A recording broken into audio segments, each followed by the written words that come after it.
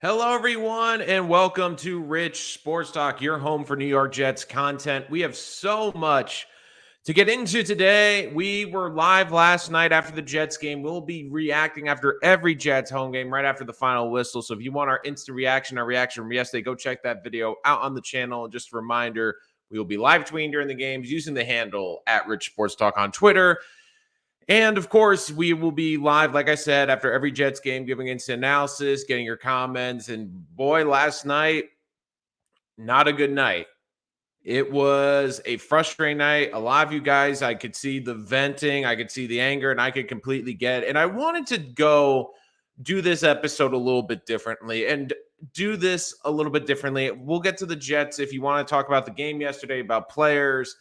But I wanted to give you guys something a little bit different because I feel like every media outlet, everyone covering the Jets is going to focus on the team, the coaching staff, which, again, I focused on a lot last night, is a major reason for the concern. And I get all that and I get the frustration. But I wanted to do something a little bit differently today. And that's focus on even a little bit bigger of the picture.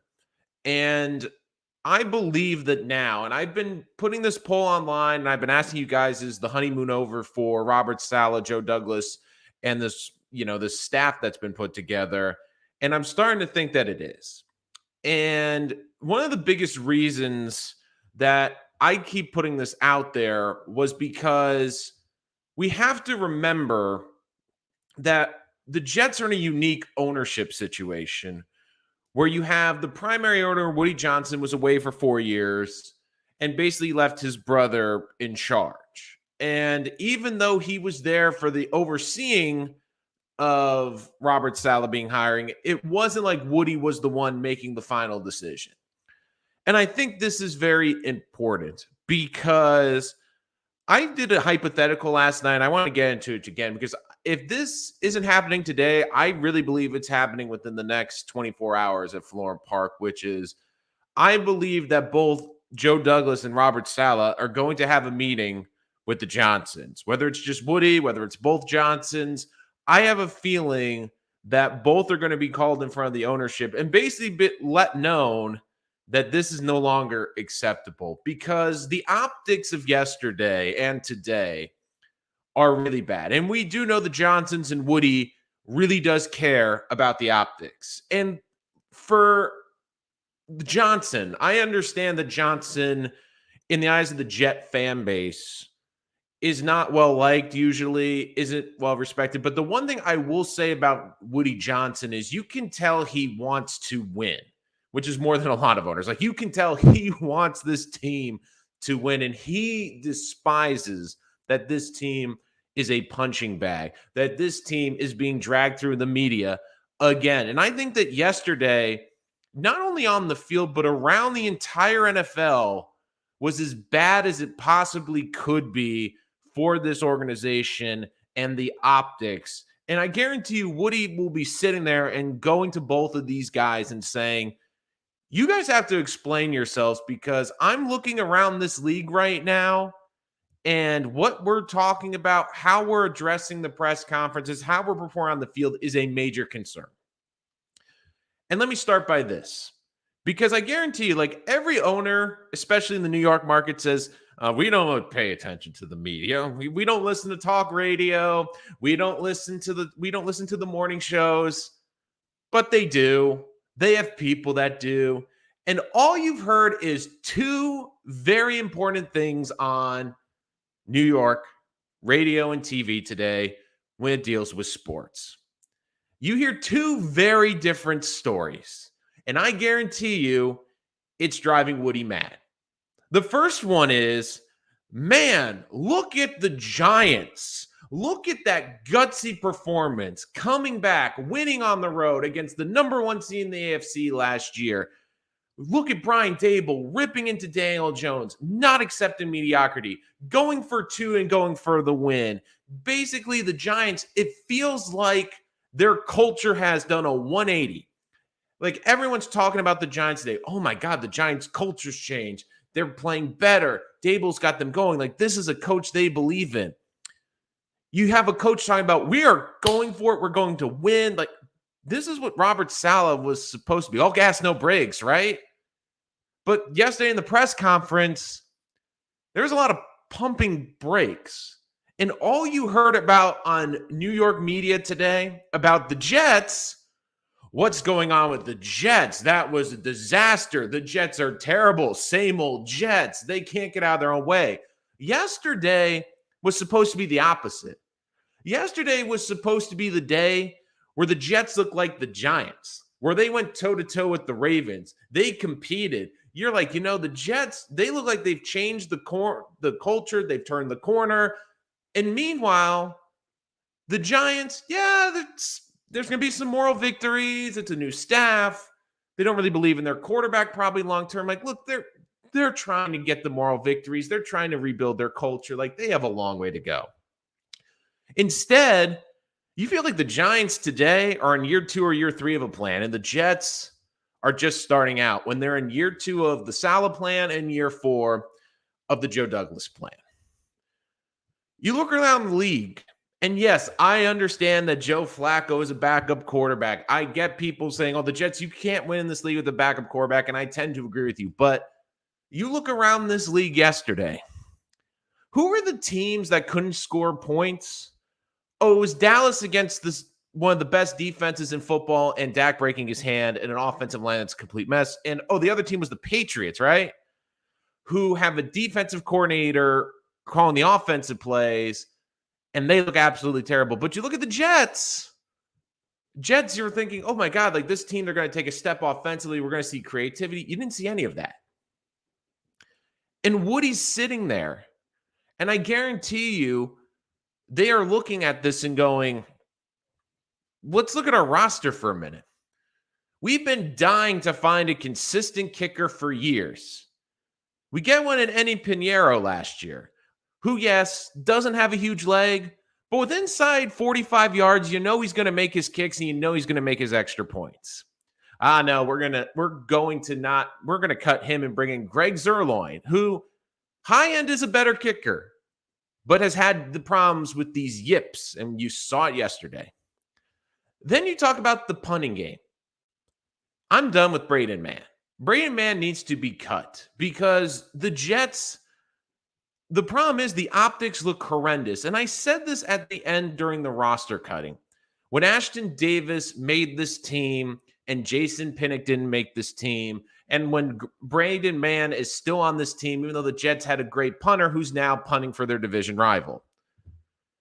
It seems like the Jets are more concerned about saving face on their draft picks and trying to make it work than just acknowledging the player isn't working out. We're just trying to get the best 53 on this roster. Because Braden Mann, the excuses are over. The first year, okay, he's a rookie. Second year, okay, he got hurt. Now he's in his 3rd season. And he's arguably the worst punter on any team in the NFL right now. And when you are on a team that is limited talent-wise like the Jets, when you're a team that's not as good as other teams, you can't afford to make mistakes. And if anything, your special teams have to be better than average in order to shift the field position, to give your defense better statistics, give your team better odds. When was the last time a Jets punter pinned someone inside the 5? Just riddle me that. So the Jets don't have great special teams. They make a bunch of mistakes. And you also are wondering too, like Woody probably is going, hey, Joe, can you explain something to me? We took Zach over Justin, right? And I still think Zach has the upside of the world, but Justin Fields in a monsoon yesterday beat a team that was in the NFC Championship game with far less talent than the Jets. You look around this league yesterday, teams that are supposed to be tanking or in the class of the Jets, basically. Like, what are those teams? I'd say you could probably consider the teams that are in the bottom of their divisions, right? So teams like the Falcons, teams like the Texans, teams like I just had the name, the Bears. I mean, those are teams that are probably more concerned about the draft next year than this year, right? But they go out there and compete against teams that were clearly better. Texans got a tie, but they competed. They showed offense. They showed like they fought, like they cared. Joe Flacco made a comment yesterday that was damning, in my opinion. When he said in the post game, basically, and I'm paraphrasing, that he didn't feel the energy was up for this game, that they weren't hyped for this game.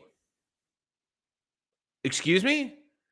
You're telling me that that team isn't excited for the home opener on the anniversary of 9/11 in New York City?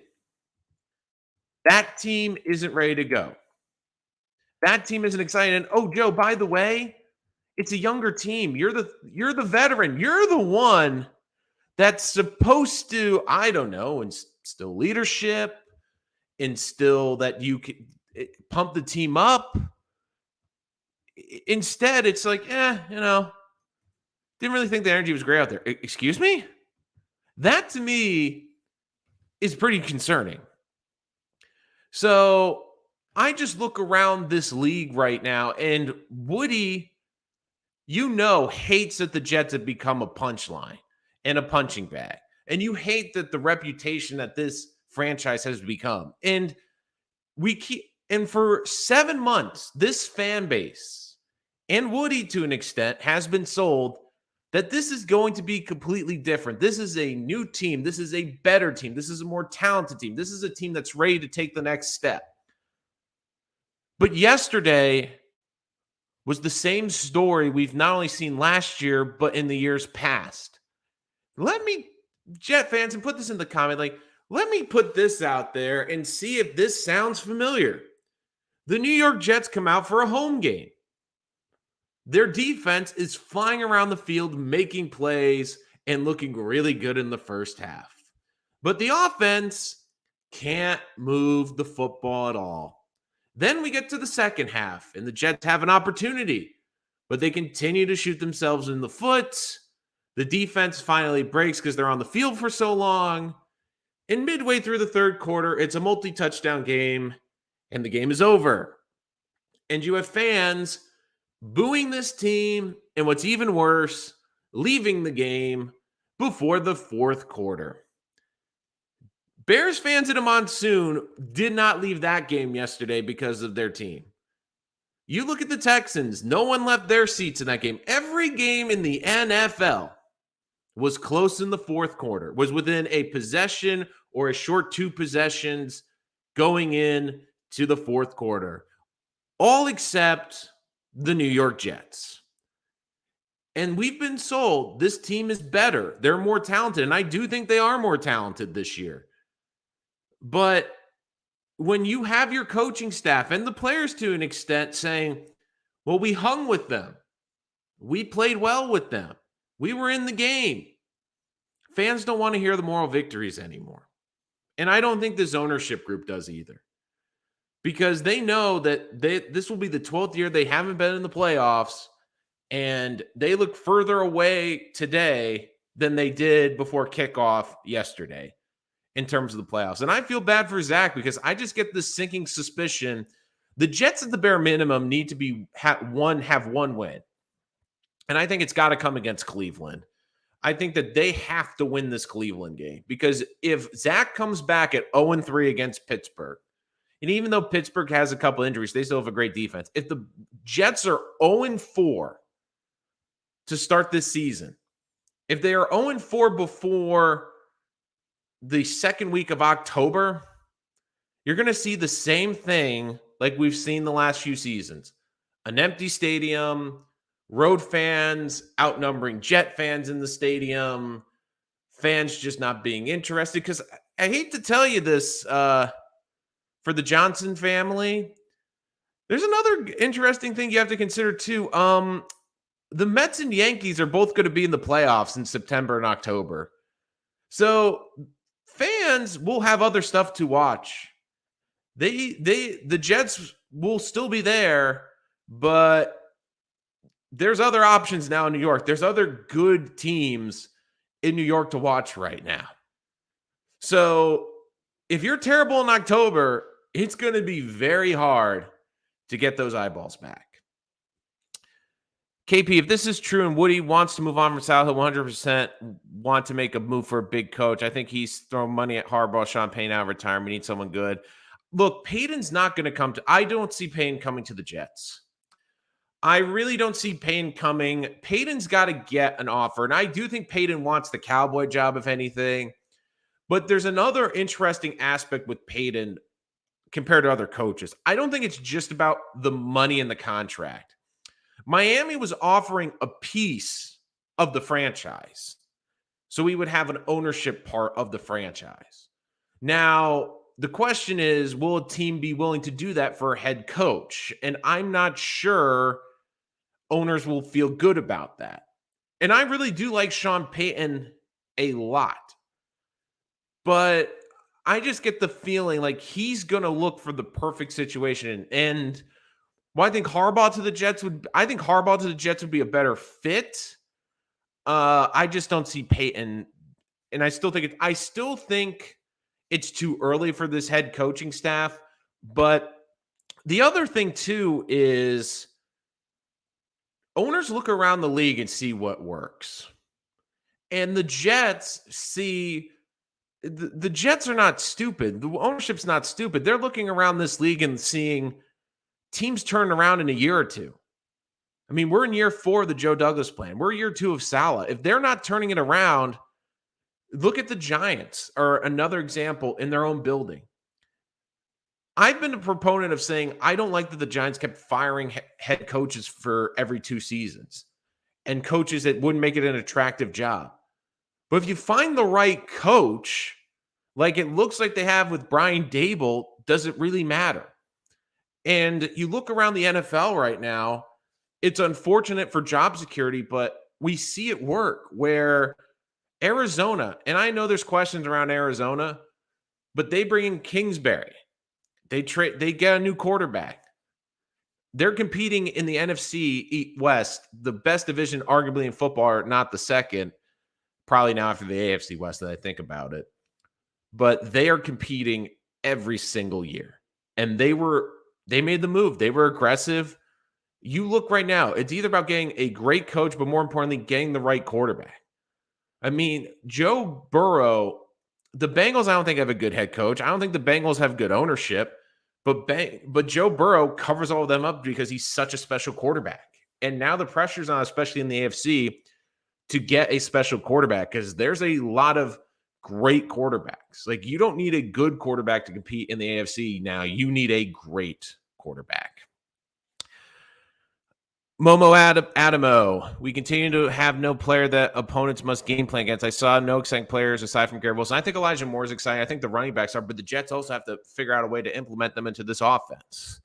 I'm not ready to hear we fought after every loss, Stiff and T, especially when one team did the fighting and it wasn't the Jets. And that's why I think the Jet fan is most upset today. It's not just the loss, it's the way they lost. And I think a lot of it is also how this team also was kind of treating it like, oh, it's not a big deal. We got this covered. I'm sorry, but you don't have a reputation yet. If this was a playoff team last year and they had this kind of attitude, I wouldn't love it, but at least I could say, you know what? They have a track record. They've been to the postseason. They have experience. They've been through this before. The Jets don't know how to win games. The Jets do so many things to lose games. Like, they don't know how to win games. And I know that sounds so easy to explain, but it's the little things in a ball game that really are huge. The fumbling, the turnovers, the miscommunication, the dumb penalties, not executing on simple field goals and special teams. That is it. That is why it is frustrating. That is why you're just saying this team, you're like, they could have, if they were buttoned up, made this a game. And it also doesn't help too when you see Robert Saleh. And again, I like Robert Saleh a lot, but one of the reasons that he was hired was to be a fiery personality on the sidelines. Do I think he's tempered that as a head coach? Yes. But you saw it yesterday in the Giant game. And that to me was the moment where Brian Dable, that was the standout moment for me. It wasn't going for two. It wasn't the press conference where he said he was going for the win anyways. It wasn't him celebrating in the locker room afterward. Those were all great moments. The moment that told me exactly who Brian Dable was and what he meant to the Giant organization was after Daniel Jones threw arguably one of the worst picks you will ever see, trying to hit a running back on an out route with Saquon going toward the end zone, completely underthrew it and gave one of the easiest interceptions. Is Brian Dable didn't coddle him, didn't pretend like, oh, you'll get him next time. He went up to him and said, basically, get your S together, because guess what? If you continue to do that, you're not going to be our starting quarterback anymore. Robert Saleh didn't do that to Joe Flacco. And I understand Flacco's a veteran and has a lot more pelts on the wall than Daniel Jones probably ever will. But it's not a good look when Flacco is terrible. And I understand this offensive line wasn't good yesterday, but I also attribute it to lots of the mobility that they don't have the mobility. He has no mobility. But I also look at the situation and go, well, wait a minute. Like, this doesn't make any sense to me. Like, he's not running this offense officially. He's missing wide open receivers, but still, the Jets are just sitting there like, oh, it's fine. And then after game, oh, it's all right. We kind of didn't perform well. Guys weren't really up for they weren't up for this game. The home opener, they weren't up. That is concerning because you want to see fire in these players. You want to see them carry. You want to see like them flying around. The rookies and the young players looked really good yesterday, but it kind of just seemed like for a lot of these players, it was like, it didn't go our way. It kind of just seemed like, we'll get them next time. It's whatever.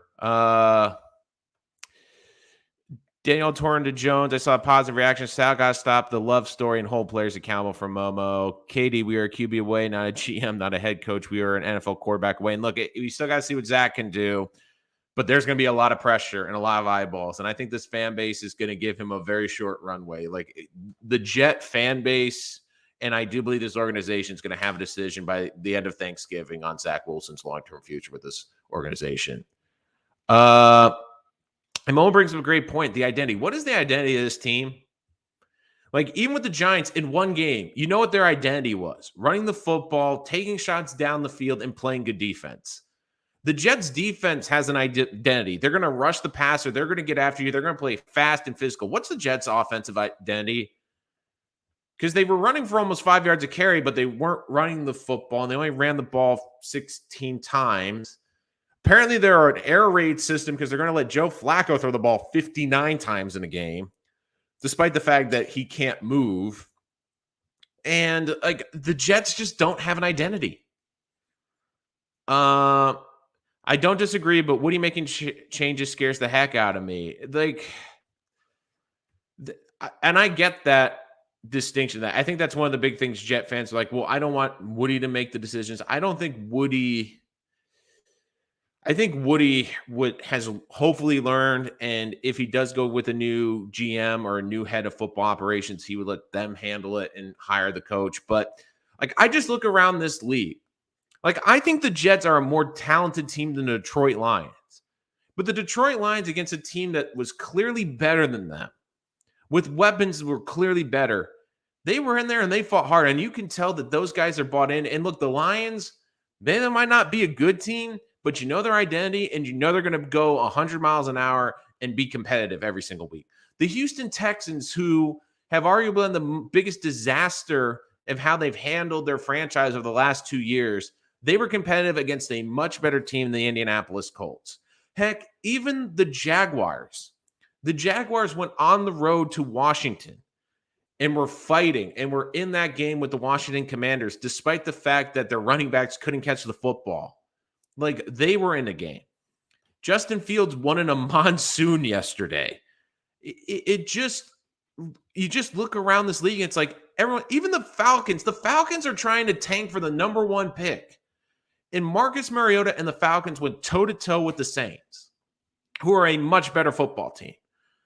And you look right now, like, and you look at the coach that the Falcons have, who's the Jets were considering, not a good look when that offense looks a lot better than the Jets. And look, I understand that they have a freak and Kyle Pitts. I understand they have Drake London, but they have Marcus Mariota pulling the trigger there.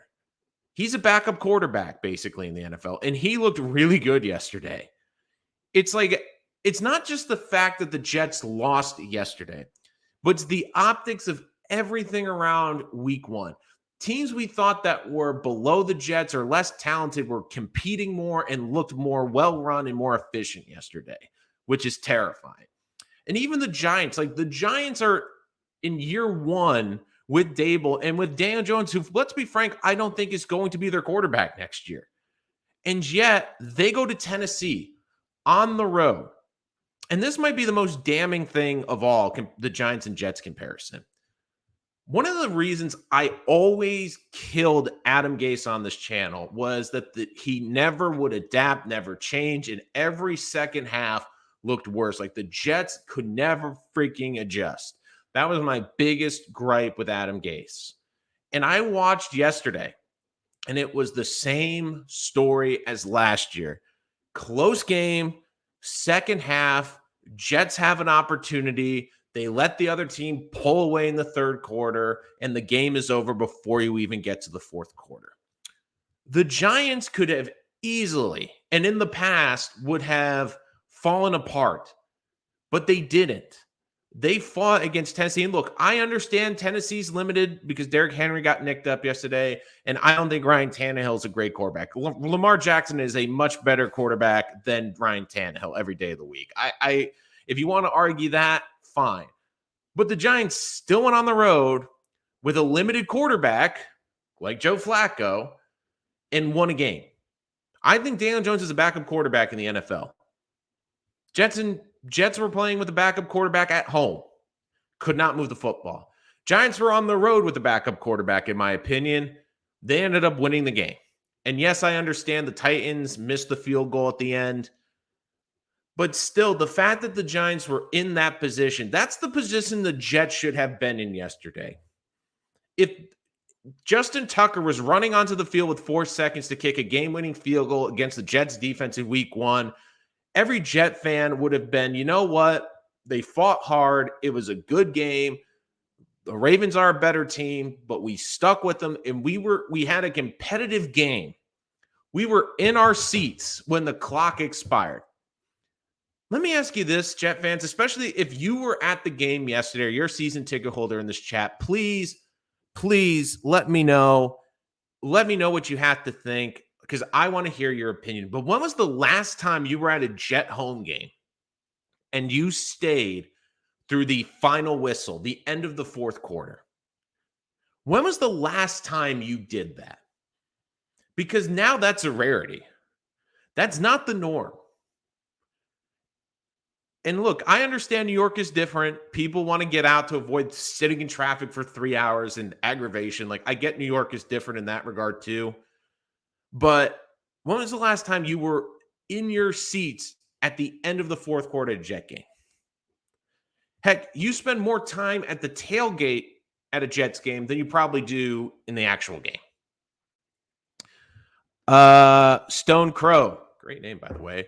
Why have we been through all these different coaches and it seems to have the same failing playbook for 15 years? Momo Abba, I meant Dable. Sal falls in love with all those players. That must stop. Like, I don't hate falling in love with players and being a player's coach. I don't think that's the biggest issue. A lot of guys, a lot of chats. Let me try to get to all these. So we just need to clean some things up from Mr. Magic's. Moba Adam with a great comment. No choice but to start Mike White. Really scary, backed up. Strevler, I'm not crazy. Strevler has an upbeat tempo. Look, that's the other thing. Like, I don't love Mike White. I know Jet fans really do love Mike White, but I'm also of the opinion, too, that the Jets, I don't think Mike White's a great quarterback, but he's more mobile. Like, with the offensive line still getting their chemistry together, they need to work to get, they need to get a more mobile quarterback out there. They really do. Spin Max Dave. Oh, great picture, by the way. Can you give your overall grades for the offense, defense, special teams, and coaching? Let me start with the positive. Defense, I'd give an A minus too. Look, the Jets defense yesterday held Lamar Jackson to 17 yards rushing. And let's be honest, most of those points, like again, I know one of the was off of a bad defensive penalty from Joyner. Like I basically said, everyone in the defense, like outside of Joyner, was great yesterday. I mean, look, I thought the Jets defense was fast. They were physical. They created pressure. And really, the reason they gave up points in the third quarter was the offense wasn't doing anything. And you basically one possession, Braden Mann had a 20-yard punt, and it led to basically the Ravens taking over at the Jets 45. So I don't think the defense was the issue. Offense, I give it D minus. The only reason it's not F is, look, I think Michael Carter, Breece Hall, and Garrett Wilson flashed a bit yesterday. I know Hall had the fumble, but I do think the Jets showed you some potential. And look, their run game, they got to stick with the run game. I think that's got to be their identity. I think that's what their offensive line's better at. Special teams, can I give anything lower than an F? Can I give a Z? Can I give a Y? Can I give an X? If you listened last night, I said both Zerline and Mann should be cut last night. I wouldn't have let them out of the locker room. I said, get your stuff, get out. And coaching, I give coaching. This is tough. Don't kill me, especially in the comments after this. I'm giving coaching a D plus. And the reason it's a D plus is I have to give Jeff Ulbrich and that defensive staff a lot of credit. I thought they had an unbelievable game plan. I think that if I was to tell you that they were going to hold the Ravens offense to 24 points before kickoff, you would have signed up for that in a heartbeat. I thought the Jets defense, to be honest with you, I thought the Jets had the better defense on the field yesterday. I really believe that. But the reason it's so low, offense was a disaster. I don't get why they didn't run the ball more. LaFleur was innovative last year, creative with jet sweeps, with moving people around, with trick plays. Didn't see any of that yesterday. They needed a spark. Didn't get any spark for them. And I just thought the way Salah handled himself in the press conference afterward was a bad look. Because Jet fans do not want to hear about moral victories right now. So Flacco to change his number to 59, for the pass attempts. Is it me? Queso Rivera, is it me? Was the Jets running the same place they ran last year? Flacco has to go for now until Zach comes back. Let's play Mike White. Hopefully we could get back Chris. Streveler's on the practice squad, so they can just elevate him. Why is White there if he can't start over a struggling second-string quarterback? Please explain. And also, you're going younger, go with Pinero and get rid of Manlow. Pinero's already signed. I mean, he could have kicked a game-winning field goal yesterday with the Panthers. He's been accurate. White, you saw in the preseason, I don't think White played particularly well. And look, we have to remember White had a game for the ages, but we've seen this in the NFL where someone just has I think Jonas Gray, that running back for the Patriots, who was on a practice squad, had 180-yard, 3-touchdown running game against the Colts one day. Personally, if you were to ask me, I would play Streveler over White because Streveler to me is more dynamic, what he can bring in the run game. I think it would be a more fun offense because you can do a lot of more read option quarterback runs, design quarterback runs. And especially if you're doing a backup quarterback, White is limited. I think he's a decent passer, but he's got better mobility, but not great mobility. Doesn't have a big arm to push it down the field. Streveler has a bigger arm, but at least he can make plays with his legs. And you don't have to ask him to hopefully do too much. If you could run the football, design runs. And look, I think it'd be fun if you could put him in the backfield with Hall or Carter, do a couple of options, maybe even for 1 week, do kind of like what you see in college football, the option offenses with them a little bit. You see it with the Ravens, you see it with some other teams. I think Streveler I'd rather have than White personally. Yeah, I did not grade. Josh Rivera, I gotta disagree with this. I think that this is the biggest misconception among Jet fans, which is, look, Rex Ryan is an unbelievable guy, entertaining guy, and he was a very good head coach. But can we just remember that the team he took over was Eric Mangini's team? And look, for people that kill Mangini, one of the best things he's done, it was building that team like with Tannenbaum, but you could tell Mangini had a major hand in the draft. That was probably the best Jets drafting span. No, it's definitely been in the last 20 years. But one of the things I've always wondered too is like I'm shocked Mangini didn't go into personnel or he's ever been considered for a GM. I think he's really good with personnel. But Rex Ryan inherited a roster that, if we remember, collapsed. Like the Jets at one point under Mangini, before Brett Favre got hurt, were looking they were going to be the number 1 or 2 seed in the AFC. Favre gets hurt, refuses to come out of the game, torpedoes the entire season. And then the Jets get in the playoffs the next year as a wild card, go on a magic run. The Jets the next year. I mean, we also have to remember, too, like the Jets, for as good as they were, like under Ryan, it wasn't like they were the number 1 or 2 seed. They always had to go on the road in the second round. So, and this is the other thing about Rex that I always say. People say, well, Rex was a great coach. Rex was a great coach. Rex was a great coach. If Rex was really that great of a coach, number one, when he got the Buffalo job, he wouldn't have lost the Buffalo job. He's lost 2 head coaching jobs in the NFL. It's not just the Jets. It was also with the Bills. And number 2, there are teams that are desperate for great head coaches. No one's calling Rex Ryan. And I love Rex. Rex is an unbelievable analyst, great on TV, and I will always appreciate what he did for the Jets over those couple of years.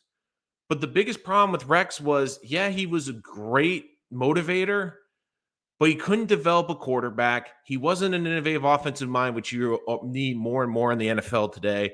And the other biggest thing, too, is when the bravado wore off, like he was he was like a shot in the espresso to a team. Like the first year or two, guys love him. Everything's going great. But the second team's not doing as well, it tended to not end too well. So I saw this from Case Solo too. Give Rex Ryan another chance. Like, look, the Jets, if you're going to get a new head coach, they need an offensive coach. They need someone that can develop a quarterback, because you see in the NFL, you need a quarterback more than ever.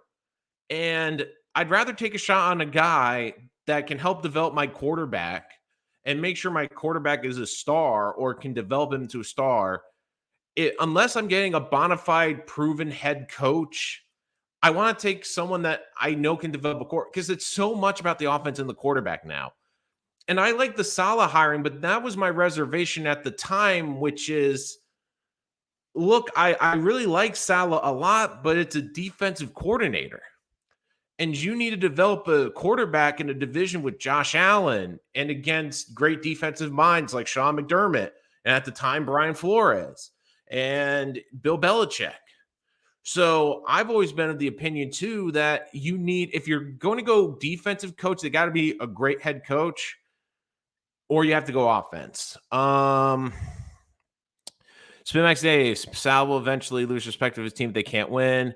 Ulbrich and Saleh never adjust and will not get away from playing zone defense, but that's just their system. The system's primarily a zone-based defense. We may just want to see a Rex part 2. They're not bringing back Sexy Rex. And I'm sorry, guys. I've fallen behind in the chats. I'm trying to catch up a little bit. Coaching staff looks lost. Then look around the league. Other head coaches like Arthur Smith. Like, that's the thing with like Arthur Smith at the time. Like, that was the 2 candidates it came down to. And I remember at the time I said I liked the Saleh hiring, but I know Arthur Smith. Saleh was going to be the better PR for the Jets. Saleh was going to be the guy that would stick out more, and I think people would gravitate to. And look, Saleh, when he talks, he's great in the interview, but you did wonder, like, is not going to be able to develop a quarterback when you're drafting a quarterback going to be a big issue? And it looks like it could be. I'm certain Flag will start again, but it would be so refreshing if they go with White for the next game. The game plan wasn't to run. Well, they need to adjust the game plan to run, because that's what the one thing they were doing well. Man's bag should have been packed right after the game. Completely agree. Like I said that last night. So again, guys, if you didn't know this, you're new to the channel, make sure to subscribe. We'll do live reactions after every Jets game right here, right after the final whistle. I'm just funny. I almost jumped on like 5 minutes early. I'm like, the game's over anyways. I might as well just jump on. Sal won't have the balls to bench Flacco. He's more being into their friends than their coach. We did contain Lamar. Hi, Rick. It's Rich. Maybe we're watching Rick and Morty last night, Chris. I was hoping to put that segment about ownership. First of all, let me make this clear. Johnson doesn't care about the team. He's part of the problem. And I especially despise him. What has Johnson ever done to improve this team and this fan base? Nothing. Well, I don't think they've done a great job, but at least they try. Like, you could tell, like, when they went out and spent all that money in free agency for the 2015 team, like the Jets, they're trying. It's just they're not doing it well. Like the Knicks, I don't think care. Like James Dolan hates the fans, but I don't think he really cares what fans think about him. I do think Woody Johnson and the Johnsons, they do care what people think about them and their team. And especially they understand too, like if the team's bad, it reflects bad on them. And look, they want to be successful, but I just think that it's just one of those things too. Like when I'm just picturing Woody Johnson right now, just looking around, and I think he's even more frustrating because I think he felt that this was the year the Jets could jump ahead of the Giants because of where they are in their build. And he's sitting there after 1 week going, well, the Giants look like they have the right head coach. The Giants look like they've already changed their culture. And the Giants look like a team that has a coach to rally around. And I'm sitting here in the 18th game of my head coach, and he's still talking about moral victories. Well, the Giants head coach didn't even need a moral victory. Why? Because he ended up getting the victory. Let's see.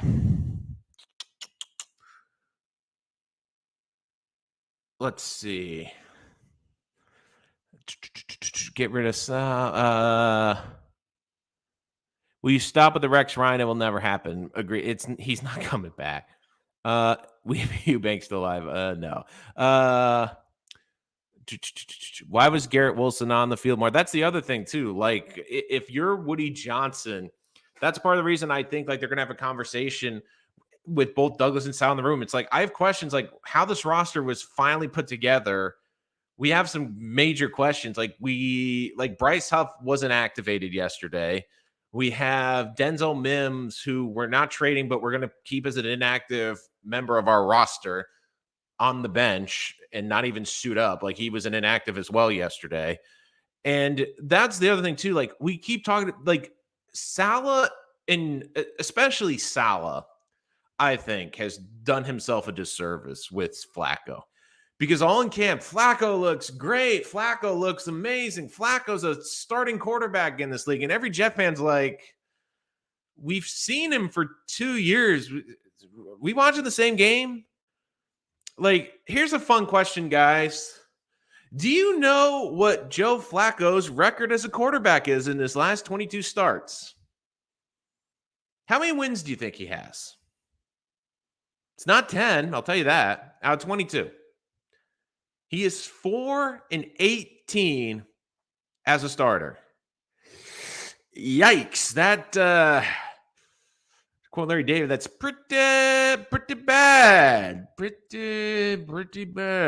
And Momo brought up a great point with Garrett Wilson. It's like if we spent a 10th round pick on him, not 10th round, 10th overall, why is he not in the game? We could draft an offensive lineman. Like, that would have helped. What was wrong with Rex? Has he got too friendly with the guys, or better yet, with the players? Was his downfall be a coach? You have to be hard, no, not to. I think you got to find a good balance in between. I don't think you can be too hard on players, but I don't think you can be too soft on players either. You got to find that good middle ground. People say if a few plays broke differently, it would have been a different game. Point is, it didn't. It never seems to go for the Jets. That's not luck. It's systematic. Johnsons don't deserve to be successful, not for the years of misery that they put us through. Well, you want them to be successful because then the team will be successful because they're not selling. I hate to tell you this. Like, I don't think Steve Cohen's coming in on a magic carpet to save them. So, and it's different in the NFL because you have a salary cap. In baseball, you can spend as much money as you want. Here in football, it's really about the people you put in the organization, how you build the organization.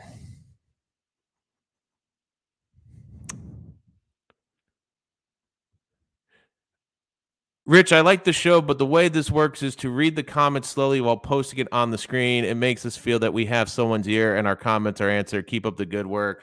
Yeah, really appreciate that, Momo. And like, look, like this is the thing I want to express on this channel. You know, Jet fans, I want them to come to this channel. Is like, I am a Jets fan. I'm not a beat writer. I don't work for the team. I'm a huge Jet fan. I'm a football fan. If you didn't know this about the channel, like I do a lot of mock drafts. Like I love the NFL draft process, not just for the Jets, but in general. Like I do mock drafts, I do scouting. Like I am that nerd that I watch Saturday college football with my computer and I'm taking draft notes.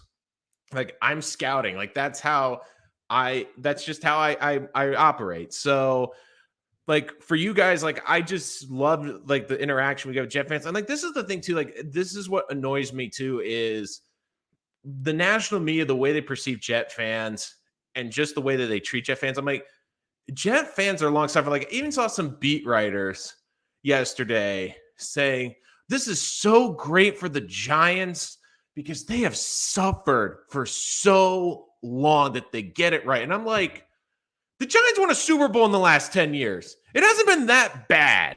The Jets haven't been to the playoffs in 12 years. The Giants have won a freaking Super Bowl. It's like, and people are like, and the Jets have had to be in a division for 20 years with the greatest quarterback of all time, Tom Brady. They had the chance to have Bill Belichick, who left them at the altar. Like everything with the Jets history has just been a gut punch. And this fan base still comes back. And for people saying, oh, Jet fans shouldn't have left the building in the fourth quarter yesterday. Jet fans are smart. Like they are sending a message. That's how you send a message to owners. You know, it doesn't work if you're sitting there happily and just like smiling, like it's like that dog meme with the firebird. Like this is fine while the team's getting blown out. You know what gets the attention of owners? When you leave the game, when you boo the team, when you leave that stadium, when they see you filing out in the fourth quarter, you know what you're telling them? We have spent an insane amount of money on this team that we love. And we are more than happy to leave and not get what we fully paid for because we are so displeased with the product that is on the field right now. With all that being said, watch Sal start Flacco next week to get some proof of point. Look, I just get this feeling that they're going to start Flacco because they're going to use, well, he's the veteran. He's got the experience. And look, let's be honest, like, doesn't matter who the Jets are starting. Like, the best case for Mike White is you're hoping he can manage the game and make it, like, not screw up, basically. Like, let's be honest, like, you're just waiting for Zach to come back. No draft talking to Halloween, at least. Yeah, well, I pray so too, Steven. I love talking the draft. I don't love talking the draft before I get my Halloween costume. Let's see. I would have booed and left also. Flacco missed open receivers. Oh, no, don't say it. Yeah, like the offensive line was bad yesterday. But here's the thing I will say about the Jets' offensive line. And I put it more on coaching than the players yesterday. And here's why. I talked about this a bit last night, but the offensive line is the most unique position set in sports because more than any other position group, it requires chemistry and requires playing together. The Jets have been unfortunate because they've lost Becton. They've been yo-yoing Fant between left and right tackling. They're moving AVT to the right guard position. But the Jets also made the decision, which to me doesn't make a lot of sense in the preseason. And I know you're scared of injuries, but skill position players, you don't have to necessarily play them. Offensive line, you need to give them reps in the preseason, especially now with reduced practices and reduced hitting practices. They need to get as much reps as possible. And the first time this group played together was those couple series against the Giants before being thrown out there against a great Ravens team. And you saw that they were overwhelmed. Like, the guys that did the best yesterday were AVT, who I thought, despite the move, looks great. Lakin struggled, but again, brand new to the team, has never played with these guys. And the other guy that looked pretty comfortable was Max Mitchell. But Mitchell's played right tackle, and that's where they've had him this entire camp. Fant's been bouncing and yo-yoing around between the left and the right tackle. So the offensive line, you saw it last year too. Like, and it's not just the Jets. You watch around the NFL, offensive line play, especially in the first 2 or 3 weeks of the season, is garbage because there's reduced practices. They don't get the practice reps they need. And you couple that with no one wants to play in the preseason because God forbid if someone gets hurt in the preseason. But my argument would be, well, I'd rather have the offensive line play in the preseason and risk injury than, I don't know, risk my quarterback getting killed off the blind side in week 1. Let's see. And no fantasy talk either. I mean, I can do fantasy talk. Like I was debating, like I might do some fantasy football later this week on the channel too. So if you want that, put that in the comments. If you want me to do Got Rich or, I'm thinking about That's Rich. Like that's going to be our fantasy football talk for guys I like, guys I didn't like. Although one of my plays was actually going to be Elijah Moore this week because Elijah's best career game actually came with Flacco as a starting quarterback because he had the 8 catches over 100 yards, a touchdown against the Dolphins. But he was also targeted the most, 11 targets from Flacco. And the way he compared him to Steve Smith, you knew, or you at least thought Elijah Moore was going to be the number 1 most targeted receiver yesterday. And of course he wasn't. So, yeah. Do you watch a game a second time, break it down? Because it's very difficult to get a good grasp on the players. I mean, I do. It's painful to watch the second time. It's almost worse. But I really watch. My biggest thing when I watch games is I watch the quarterback, but I also watch the line play. I thought the Jets' defensive line was really good yesterday, and I really like a lot of the flashes. I think Jermaine Johnson flashed, Clemens flashed, and like even some of these young players really flashed yesterday. The biggest concern I had on the offensive line was the chemistry, but I think it's just that they haven't played together. And you couple that with an immobile quarterback and a defensive line that has an immobile quarterback. Because if you have a more mobile quarterback, a pass rush has to be more disciplined because you can't just freely rush and leave a giant opening and allow that quarterback to step up and scramble. But when the quarterback isn't going anywhere, you can be more aggressive. You can do more swimming. You can do more diving. Like you can create more separation because even if I leave a giant hole, Flacco's not going to take off and scramble for 10 or 15 yards. And if he does try to scramble, he's so slow, I'll get to him in 3 or 4 steps. So I think that one of the reasons I keep arguing for this is my thing too. I would play Streveler, and I know on the depth chart it's White ahead of Streveler. Like if I had to pick between the two, I'd go Streveler just because I think you can be a lot more creative on offense. You can do more design quarterback runs, and that athleticism will be hard to game plan against and to work against. Where Mike White, again, is a little bit more athletic than Flacco, but he's limited pushing the ball downfield. He's going to be looking for the short game, and defenses can cheat up. They can bring the safeties down in the box because you're not afraid of him going over the top on you. Whereas Streveler, I think it gives you a little bit more diversity. Jets podcasts are the best. They deserve better than the team they root for. I mean, we love our team, and we're still rooting for them. We don't need another fantasy channel unless it's Jet players only. But Mobo, the problem is, like, I'd probably tell you to bench most of the Jet players most weeks, like on the matchups right now, like especially the first 3 weeks. My fantasy advice: don't play the Jet players unless it's Michael Carter, basically until Zach gets back. Think Sal would ever move on from him? LaFleur? No, I don't think Sal would ever do that. I think LaFleur, let's be honest, he had a bad game, but I do think he showed enough last year that you can tell he's a creative mind, but he needs to be more creative. Elijah Moore's no Steve Smith. He's small and plays small. More needs to stay in the slot. Boycott Activision. The only reason I brought that, I was just quoting Flacco on that.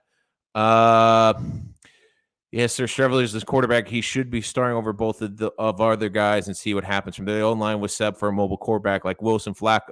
That's the other thing. And GSD actually brings up a great point. that I don't think a lot of people were really talking about is that this offense and this quarterback, like you see the transition, like especially in San Francisco, like you want a more mobile quarterback because you need bootlegs, you need rollouts, get the quarterback outside the pocket. And it's just like you can do a lot more. And with White, this is why I also think you can play White too, because you also, I know it's not great, but you want to find out who's your backup quarterback. I mean, Flacco's here to coach Wilson. Like, if you can find that White is a good, serviceable backup, I think that's a great find for this team. Like, let's see what he can do in a game where it's more manageable. I'd like to see what he can do, or even Strevler. One of these become an established backup for a team? Because let's be honest, in the NFL today, with 17 games, you're probably going to need a spot quarterback star for at least a game or two. So you need to find out if you have a good backup. It's hard to keep an eye on linemen and watch the play in its entirety. The same corners. I don't know who blew the play or an assignment. Jets have a talented. I must admit, respect for the Ravens. Like, look, the Ravens were a better team, but I do think the talent, like the Jets did not perform to their talent yesterday. I think the Jets are a more talented team now than they were last year. But here's the problem. They have a lot more talent than last year, but they didn't look better. The narrative didn't change. I think that's why Woody is going to be upset and why ownership is going to be questioning this front office and this coaching staff, saying, I mean, we spent all this money in free agency. We had premium draft picks. Like, think about this. The Jets had 4 picks when they went into draft night in the top 4. They ended up with 4 picks in the top 36. Bears did not have a first-round pick till the second. They didn't have a first-round pick. Didn't have a pick till the second round. Didn't take an offensive player on day 2 of the draft. Lost arguably their best receiver in Allen Robinson free agency. And did nothing really to address the offensive line except patchwork together. And despite all of that, and Justin Fields looked like he was going to get his head taken off yesterday, the Bears end up winning, and Justin Fields elevates that team. Now, again, we'll have to see what Zach can do when he's back on this team. But you can't tell me that Woody Johnson wasn't watching those highlights of, the slip and slide from Justin Fields and going, man, Fields got the snot behind him, but he's out there going, and Zach, got hurt when no one touched him on a scramble. It's like, did we make a mistake here? And you look too, like the Bears beat a good team. Like, you thought the Bears were tanking. Houston went to overtime with the Colts. The Falcons, who are tanky, against the better Saints team, went toe-to-toe with a backup quarterback in Marcus Mariota. And again, the Giants, the team in their own city, in the first game with Brian Dable, had to come from behind on the road against the number 1 team in the AFC last year, and they ended up winning that game. And they ended up winning that game with a quarterback who I would argue is a backup quarterback talent. I think Daniel Jones will be a backup quarterback in this league. I don't think he's a starting quarterback in this league. But despite those limitations, and despite missing their number 1 pick in the draft, Kayvon Thibodeau, Giants won. And the Jets are sitting there barely using Garrett Wilson in the first half, barely using him. So, look, I get they're trying to ease these rookies in, and I can appreciate that to an extent. But let's be honest. If the Jets were going to invest in the 10th pick in Garrett Wilson, guess what? Drake London pretty much played every snap for the Falcons yesterday. I mean, you look around the league, all these rookies were playing a bunch of snaps. So if you're not going to play him, why didn't you draft an offensive lineman there? So let's see. Most concerning about all of this is that our coaching staff looked at Joe Flacco and thought he's a starting caliber quarterback. Jay Brums, I agree. Like, that's the other thing too is, do you think today Woody Johnson and the ownership is looking at Joe Douglas and Robert Saleh with an eyebrow raise going, you kept telling us all preseason he was a starting caliber quarterback. He looked like he did not belong in the NFL yesterday. And also, isn't it a bit more damning where there were backup quarterbacks like Tyrod Taylor? I think Marcus Mariota wouldn't have come to the Jets because he had an opportunity to start, but Jacoby Brissett, Like there were better backups and guys who you knew at least had a track record in the NFL as backup quarterbacks on the free agent market this year. But the Jets were like, nope, we're keeping Joe Flacco. We're keeping Joe Flacco. And look, I get believing in your guys and having favoritism on teams, but sometimes it's seeming like this year the Jets are kind of playing that game and it's coming back to bite them. I mean, they had to keep Ashton Davis on this team, and Jason Penix is with the Giants now. They had to keep Braden Mann, and already he looks like a lost cause at punter. And the Jets released a better punter who's kicking for a division rival right now. It's just not a good look. And boycott Activision. Lions scored 35 points yesterday. Now, I think the Lions have a much better offensive line than people give them credit for and have unbelievable weapons, but still, the Eagles have a good defense, and they went toe-to-toe. And look, I don't think the Lions head coach is a good X's and O coach. I do think that could wear off that bravado, but there's no question that team comes out and they fight freaking every week, and they go tooth and nail every freaking week. And the Jets are like, hey, we played well. We hung with the Ravens. Yeah, but you didn't win. And Jet fans don't want the moral victories anymore. Year one with a rookie quarterback, fine. We can take those moral victories. And you know what? We would even take moral victories now. If this was a game where it came down to the final possession, the Ravens won, or it was a one-possession game with 4 minutes to go in the fourth quarter, Jet fans would have signed up for that. Jet fans would still be in the building. They didn't want to be down 3 touchdowns in the third quarter. There's a big difference. Lawrence Cager converted time was on the field more than our 10th overall pick in the first half. I can't defend it. And why is look, Cager I didn't mind on this roster, but when I was doing the roster, I thought he would be the 6th receiver so they could kill 2 birds with one stone, saying, hey, we got this hybrid receiver tight end hybrid so we can have him fill 2 positions. But also Jeremy Ruckert, who I thought looked good in the preseason, is a better blocking tight end. He was a 3rd-round pick. He wasn't active yesterday. So we're starting a guy that can barely made the roster over the 3rd-round draft pick. And I like Ruckert a lot. I think Ruckert could be a good player for this team. But I'd rather see Ruckert out there than their converted tight end. Because if Ruckert's going to be inactive, then why didn't they just draft an offensive lineman in the 3rd round or someone that was going to play? Like, I like Ruckert a lot, but he needs to be on the 53. He can't be inactive on Sundays. That Texans QB is doing his job. I agree. I think he's done very good. I don't think they're going to pick first Jeff Life. If it is, that'll be an absolute disaster. Jets are low with talent. Why did they suck? Coach, like Spinex Dave, again, like yesterday was about the coaching. It was the little things. This team not being prepared, not having a game plan, not having plays to convert on 3rd down, not understanding personnel, and more importantly on the offense, not having an identity. They need to figure out their identity. Like, I thought the Jets, their identity at the end of the season was they could run the football well. And I thought that was going to be their identity because their offensive line is a better run blocking unit than a pass blocking unit, and they drafted a running back in the 2nd round. I thought that we were going to see this be a team that runs the ball 30, 35 times a game. They ran 16 times yesterday. And here's the more surprising head scratcher. They had a couple 15-yard runs and went away from the run. And, guys, you know the Ravens had the number 1 run defense in the NFL, and the Jets were averaging 4.9 yards per carry. Michael Carter was averaging 6 yards per carry. But despite that, we're going to try to throw the ball 59 times. Even when they're down, I still would have been more comfortable than running the football than passing. Ravens fans in the chat. As a Ravens fan, Joe Flacco was inconsistent in the regular season. If Joe Flacco makes the playoffs, he's a different animal, proving it the O-line, giving him adequate protection. Well, Jets are making the playoffs.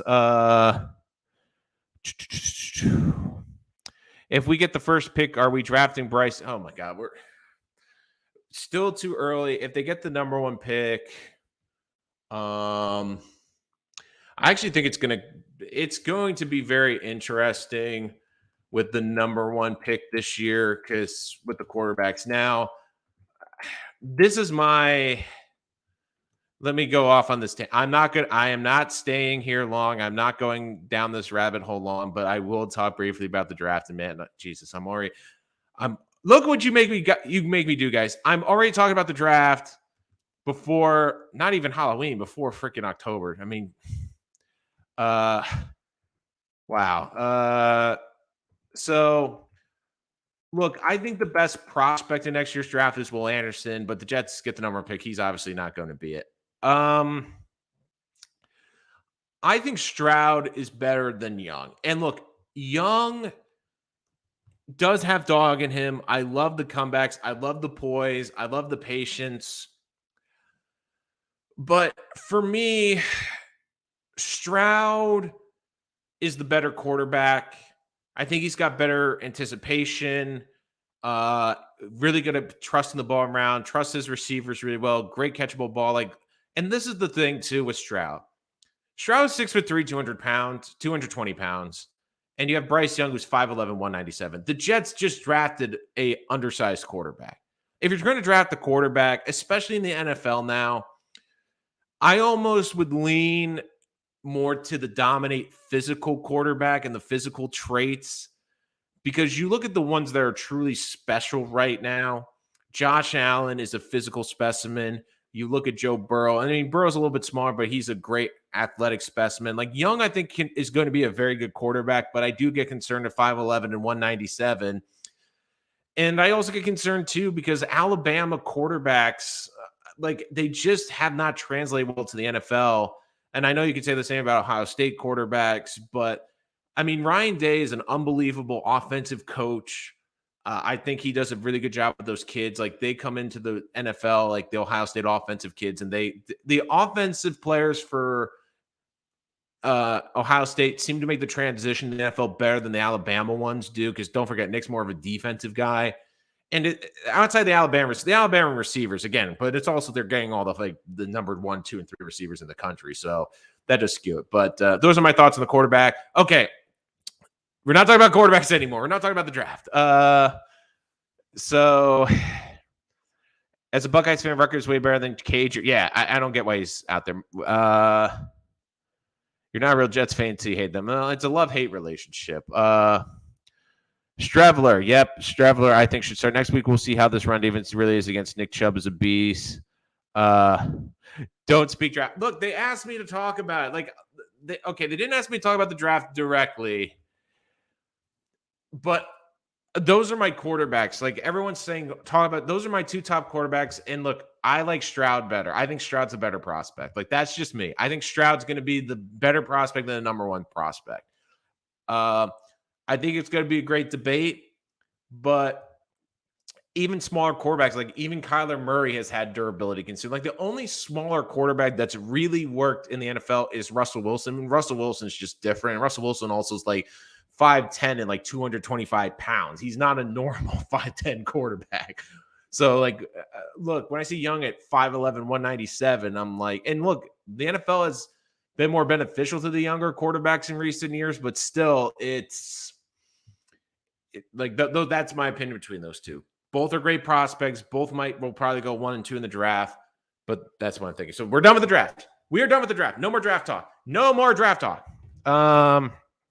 So yeah, they're going to get a big test. And look, the Cleveland game to me is almost a must win now because you don't want Zach to have even more pressure coming back in week 4.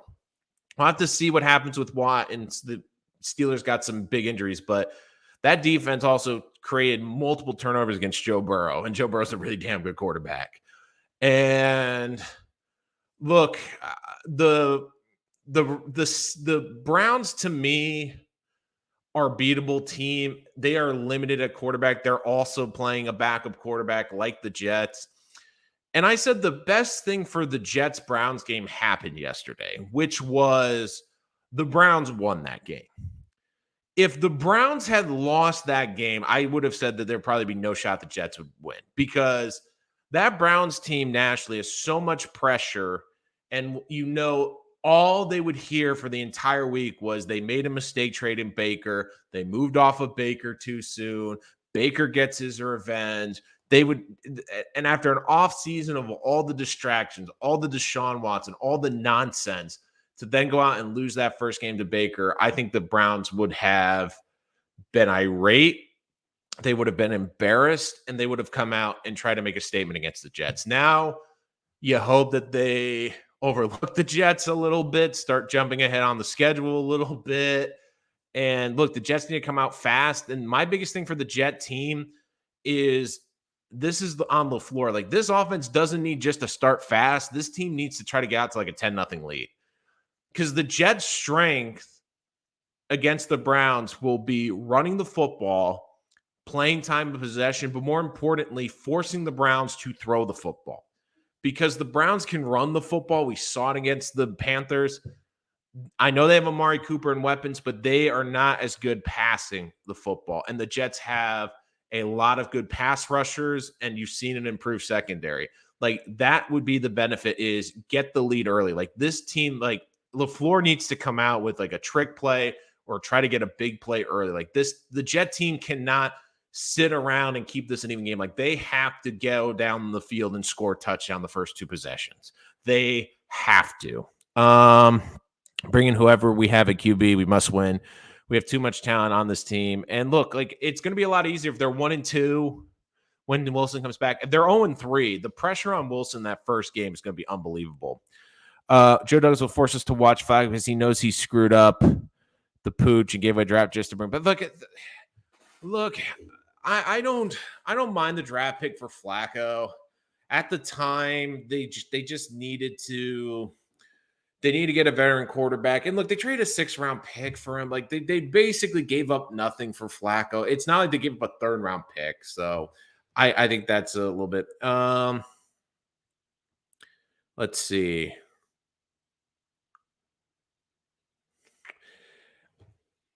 I'm a Jets fan to 86. Our fans are the worst. Shannon started 10-22, and I don't remember ever hearing hit calls for his job in San Francisco. Well, the thing too in San Francisco is Shannon also has the luxury of having like his father, because you do know that there was a lot that went into that. And also the way it ended with Kelly after one season in San Francisco, you knew they were going to give him as much opportunity. So there was a bit of a longer runway for him. We're not beating the Browns, not at the dog pound. Browns fans are going to be roaring and hungry, just speaking facts.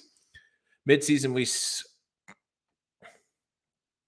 they're not bringing in Rex Ryan. Stop with the Rex Ryan question.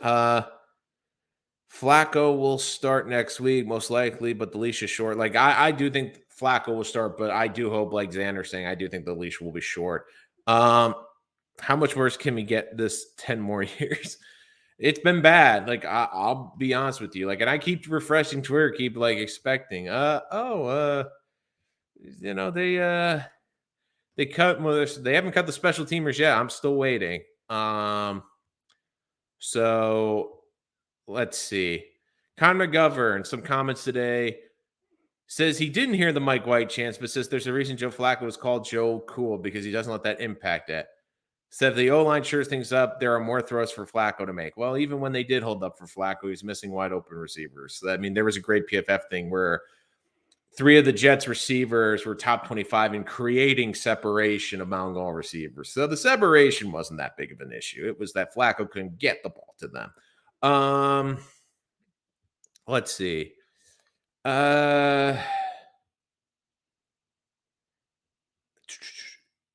Consistent. The Jets middle has to be a lot better. They have to be better, especially the interior offensive line.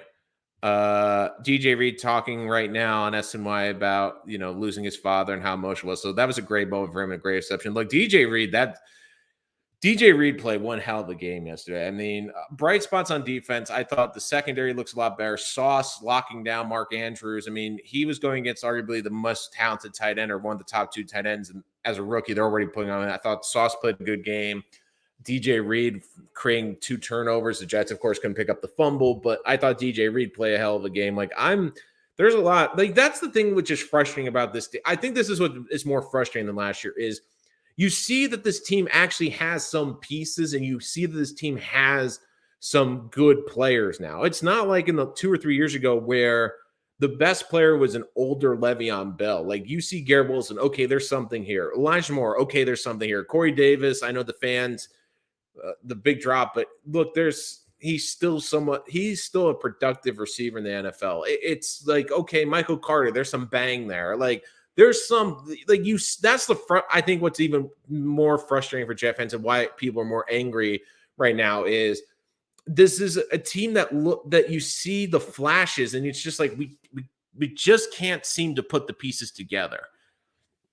Do you see Mitchell as a long-term starter at right tackle? This from Bruce Anderson. Yes and no. So this is a good question, Bruce. I like the Max Mitchell pick.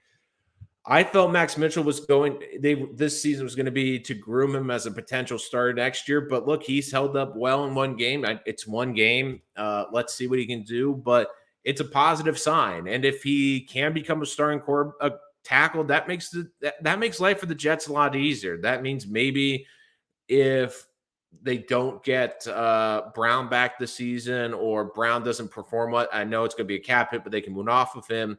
I think this team, I know Fant played terrible yesterday, but I do think Fant's going to get an extension. And Fant's been moved around so much. He hasn't gotten comfortable. I think now that he's settled left tackled out, he'll get better. And look, it takes time on the offensive line. And I think Mitchell could be a starter. And if that's the case, it makes this a lot easier for this team because right now, if you were to ask a week ago, the biggest priority is offensive tackle. I still think offensive tackle by the time we get to this end of the season and the offensive line is still going to be, because you always can improve the offensive line. You can never have enough offensive line. So I think, but if he does become a good starter, it does limit the damage. How can you make that comment about Justin Fields? The game is played in a monsoon. And if anything, that didn't answer a question about Fields. It raised more questions about Lance. Chris, I think that's a good question. But the things I liked about Fields yesterday are this. Number one, if you watch that game, he got obliterated and the snot being out of him. Like I don't know how he's going to make it through the season because the Bears cannot protect him. I mean, there were plays where he'd get the snap and it was like 49ers were right in his lap. And look, in the torrential rain, let a downpour against a very good defense. And look, he doesn't have much to work with. So I think Fields had an unbelievable game yesterday. And I just think optically, like, that's what Woody must be thinking. Like, we passed on this kid. We're supposed to have more weapons than the Bears. We're supposed to have better personnel. And they're going against a team that was in the NFC Championship game and a defense that was in the NFC Championship game in terrible weather. Like, people were complaining about the Jets not being able to move the ball. It was raining, but it wasn't monsooning like it was in Chicago. And yet he was making plays. And in some ways that hurts Fields because his best attribute is his legs. And it's hard to run when it's, an inch of water on the turf. And he was still making plays. Shooter McGavin, what y'all chant about last 2 years? We've rebuilt the right way. Do y'all not get last regime and Adam Gase mess up? Look, I get the patience argument, Shooter, and I do think that Saleh and Douglas, like, I'm not saying I don't like them, and I still think they can be successful. But the problem is, I think the grace period is over for them. I think that's the biggest point of this episode is because, which is amazing considering how bad Gase was, but when I think Saleh, especially more than Douglas, I think Saleh has lost a lot of credibility in the eyes of the Jet fans right now for the last couple of weeks for the comments, because the way he has handled the Mekhi, and I don't really think the Mekhi injury was his fault, but the way he talked about it. But when you sit there and you hear him say, the handling of the Zach Wilson situation, then coming out and saying, oh, it was gamesmanship. Well, Jet fans don't want to hear that. And, you keep trying to talk positive and how this team looks in practice and how good this team looks and how talented this team looks and how this team looks ready to rock and roll and how good this team's going to be. And you come out and you lay a dud like that in the opener. And then afterwards, you don't see like fire. You don't see him pissed off. And you see him like, oh, we hung. They're talking about moral victories. Moral victories are for year one with a rookie quarterback. They're not for year two. And this is the other reason why I keep bringing up the Giants, because I think the roles are supposed to be reversed. The Jets are supposed to look like what the Giants did yesterday, where it came down to a field goal in the fourth quarter. If anything, the Giants are supposed to look like the Jets, struggling offensively, learning a new system with a quarterback that's not very good against a very good team. But yet the Giants in one game, what Dable is. Fiery guy, going to call out his guys on the sideline, called out Daniel Jones, ripped him on the sideline, went for it, was aggressive. Tell me if I'm wrong in the comments. I feel like I learned more in one game about Brian Dable as the head coach of the New York Giants than I have learned in 18 games with Robert Saleh. Am I wrong? Tell me in the comments. I feel like I know exactly what he wants, his personality, how he coaches on the field. And we see it all the time. You see it on the sidelines. You see it on the t-shirts. All gas, no brake. All gas, no brake. All gas, no brake.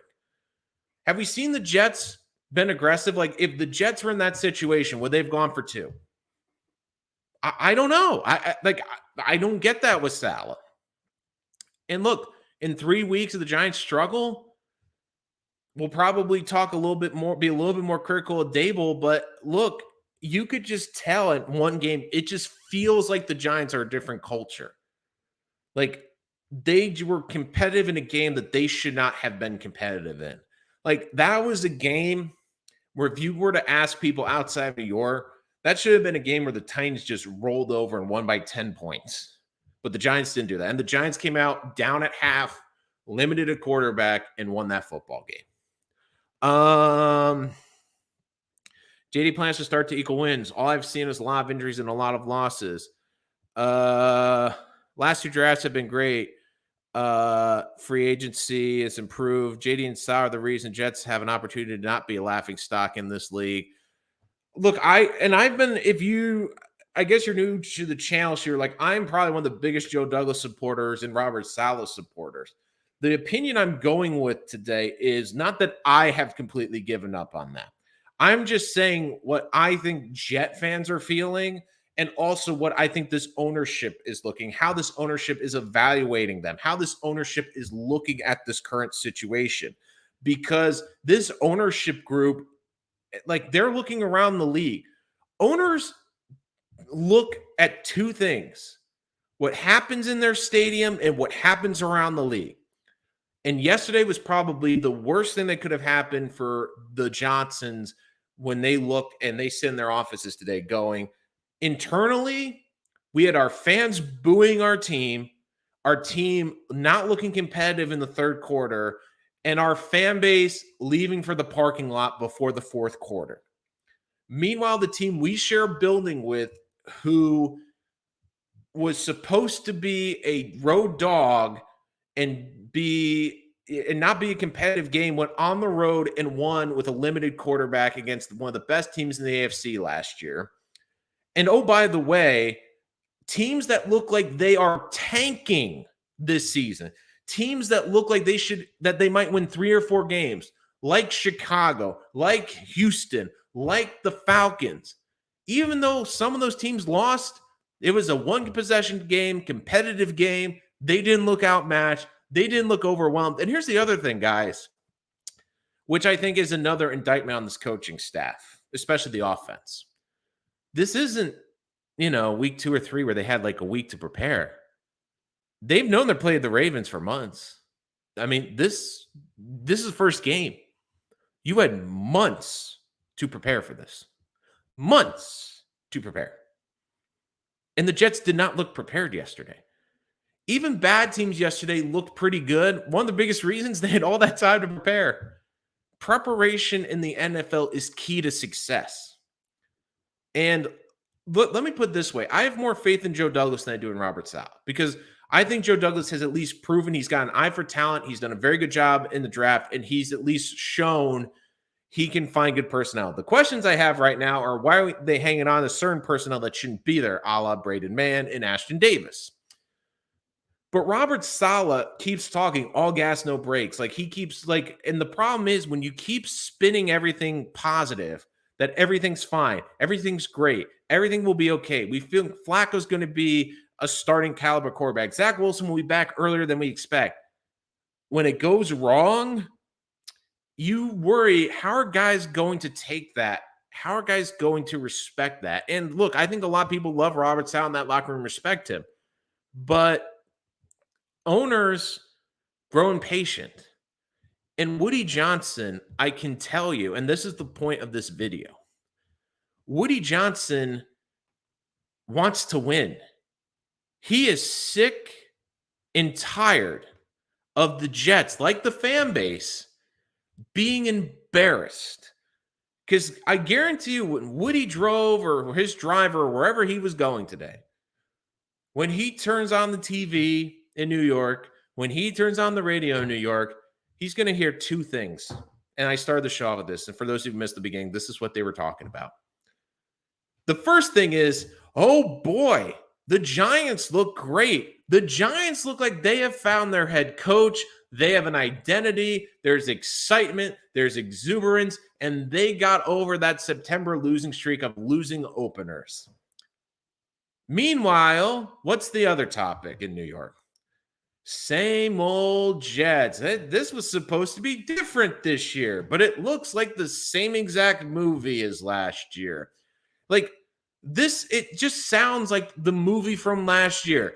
Defense plays well, offense can't get it going. Offense kind of figures it out, but defense has gotten so tired they can't keep it together. Game gets out of hand, fans leave, fans boo, fans are home probably even before the end of the game. So Woody's going to hear that all day today.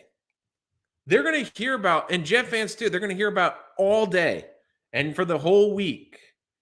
And Robert Saleh, after the game, trying to wax poetic, saying they competed in the game. Jet fans don't want to compete. If you say that line, if they lose on a last-second field goal or Lamar runs a touchdown in with 50 seconds remaining in the game to take the lead, then that's acceptable. It's not acceptable when it's a 24-3 lead. And let's be honest, the Jets got a garbage time touchdown. Like 9 points is generous. 9 points is generous. So, Giants results have nothing to do with the Jets. Nothing. Again, I know it doesn't have a direct result, but the owners in this town and fans in this town compare each other to the other. Like that is inevitable. So if you're a Jet fan, like I keep saying this, the Giants game should have been the Jets game yesterday, where they were competing and had an opportunity to win at the end of the fourth quarter. Not the opposite. The Jets look like the team that had a new regime, that was their first game out, and it was bad. You sound like you care about the Giants. Woody doesn't, I'm sure. Well, Woody cares if the Giants are making more money. Woody cares if the Giants have a better pedigree. Woody cares if the Giants are the talk of the town and the Jets are the butt of jokes in the town. That's what he cares about. Do you think Woody Johnson enjoys hearing on SNL the Jets being a punchline, on national radio the Jets being a punchline? Do you think he enjoys the Jets being a punchline? Hell no. Do you think he enjoys hearing that over and over again? Do you think the Jets love hearing about the Giants winning 2 Super Bowls in the last 20 years? Do you think that the Jets like to be thrown into dysfunctional ownership and be compared to the Knicks? Absolutely not. They do not. But how can you say the owners are getting impatient? You're not in the building. We're not in their offices. Stop trying to be a media guy and bring attention to yourself. Okay, Nicholas. Look, owners, it's clear. I don't have to be in those offices. I can understand what they probably are thinking today. I mean, it's well documented that Woody does listen. It's been well documented that Woody also goes for the big headline moves for the Jets because he wants the Jets to be on the back page. He wants the Jets to be in the back page in the spotlight.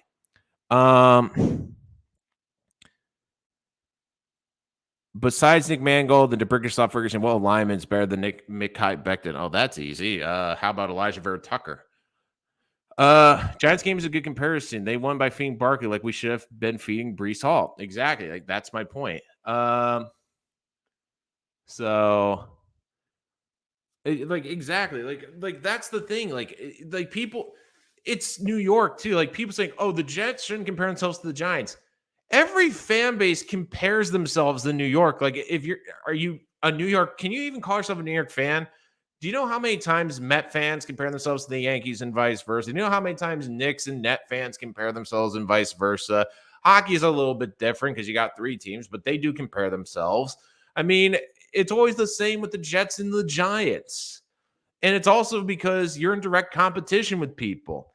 Do you think Jet fans like going into work today and having those Giant fans say, ha, how about them Giants? You know, the big win yesterday. Hey, your Jets, man, they still can't get right. At least our guy, we got right, and we got right the first time. We got the first win. Like, you've heard about all day. Like, that's the thing. Like people are like saying, like, AVT is not better than Mekhi. What were you? Well, here's the thing. Elijah Vera Tucker's actually on the field shooter. Mekhi's not on the field.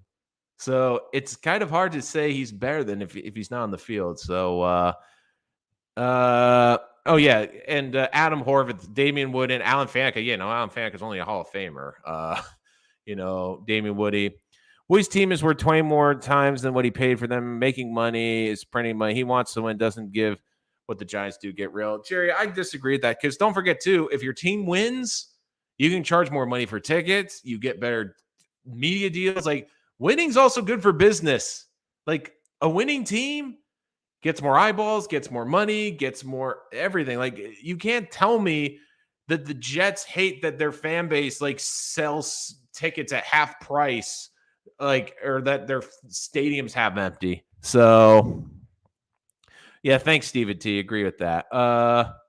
And Ralph Malph brings up a good point with the Douglas praises. Look, I like Joe Douglas, but he has to start proving it too because this is year 4. I mean, think about how many, like, the NFL. Like, this will be our final note today because, again, guys, I appreciate you being here. Make sure to subscribe if you're new to the channel. For joining us after, make sure you hit that subscribe button. Give us a follow on Rich Sports Talk on Twitter. Get our live reactions. But this is the thing I also look at too, which is how many teams turn it around in a year or two. Like, the NFL is designed for teams to turn around. That's why you have so much turnover in the playoffs. When you're a last place team, you play a softer schedule than the first place team. Like, the league is designed for you to get better faster. And the Jets still cannot take advantage of that. And you look around the league, like, most of the playoff droughts are like 5 or 4 years. It's not 12 like the Jets. Like, teams can turn it around very quickly. The Cardinals turned it around very quickly. A lot of teams, like, if you get the right coach, and especially if you get the right quarterback, you can turn things around really quickly in the NFL. What turned the 49ers around was bringing in Jimmy Garoppolo. The Buccaneers were god-awful. They bring in Tom Brady, all of a sudden, they win the Super Bowl. I mean, this league is designed, even young teams and teams that are bad, like, if you get the right coach and the right quarterback, you can turn around. I mean, the Bills were a disaster for years, and then they get Josh Allen. They turn it around. Like, you look, the NFL is designed to be turned around. It shouldn't take 4 years to turn it around. Now, I've given Douglas a lot of leeway too because the Jets were also, because of their drafts and everything, were in a worse position. But it shouldn't take 4 years for this team to be competing. Let's see. Kayvon chose the Giants, not he didn't choose the Giants. The Giants drafted him. Yeah, the Jets don't have an easy schedule per se, but percentage-wise, the back half of their schedule is a lot easier. But, like, when you look at the outside, like, they're playing, I'm trying to think who's their non-conference schedule. They're playing the Jaguars, who were the last place team. Like, the non-division opponents are basically fourth place teams, Whereas if you're the Bills, your non-conference games, and the out-of-conference games that you play are against first-place teams.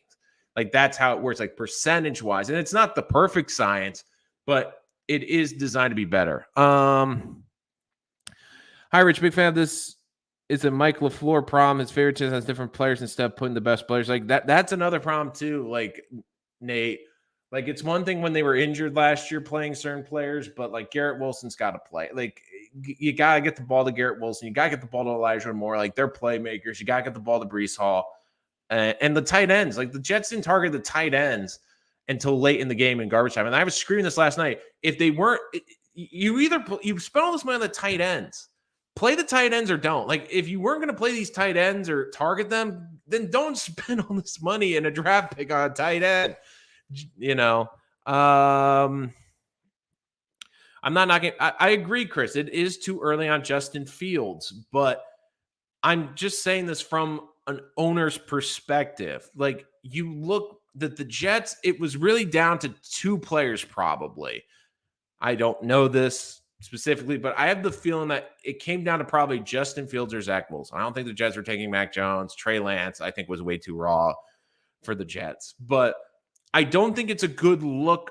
Woody Johnson looks around saying the quarterback we drafted wasn't touched and is missing the first 3 games of the season.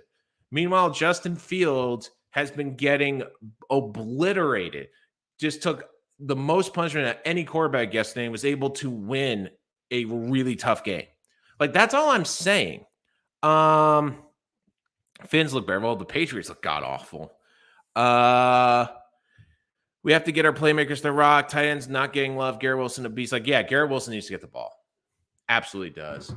But again, guys, if you're joining us after, please give us a comment. Please give us a subscribe. Also follow the channel because if you check out the community page, we will have polls all the time to answer your questions. Robert South, the Pomia now. My opinion, we did not get beat. We lost. Those are two totally different things. We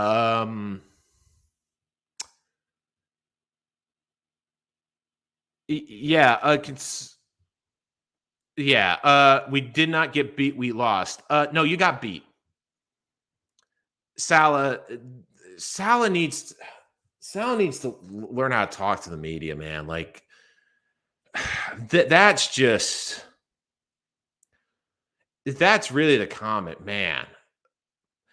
You did get beat. Like, a loss is, like I said, like, they kick a last-second field goal to beat you. They beat you. Like, you couldn't move the football yesterday, and you couldn't score until it was garbage time. Salah says, losing is exhausting for everyone. No one wants to lose. I understand fan base wants immediate results in the instant coffee age. Well, unfortunately, Roberts, this is also year 2.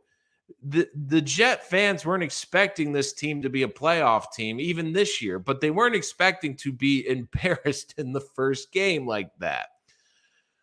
Sal said Zach Wilson will get on the practice field in a routes on air capacity, won't be practicing with the team yet, so he's probably not back till still at least week 4.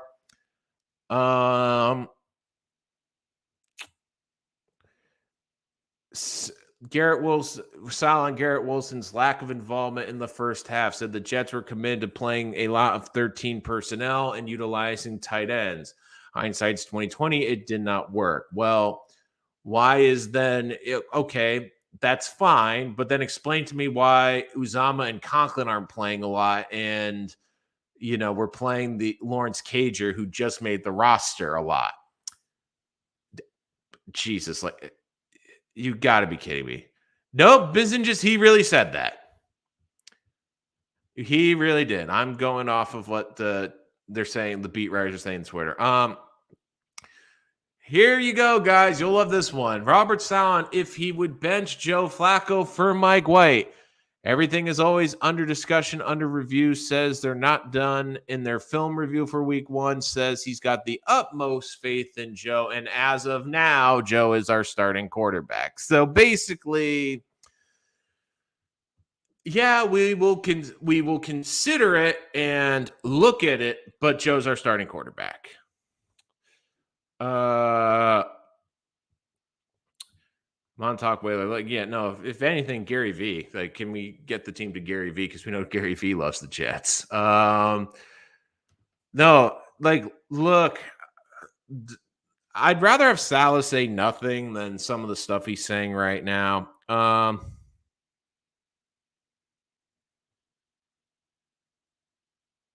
Robert Saleh said he's keeping receipts on people mocking the Jets.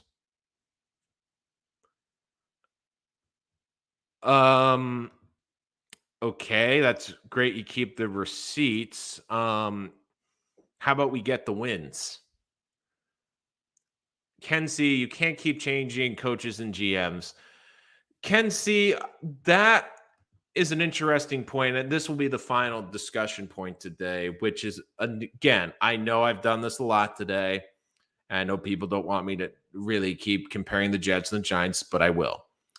Owners in this league look for what's working. It's a copycat league.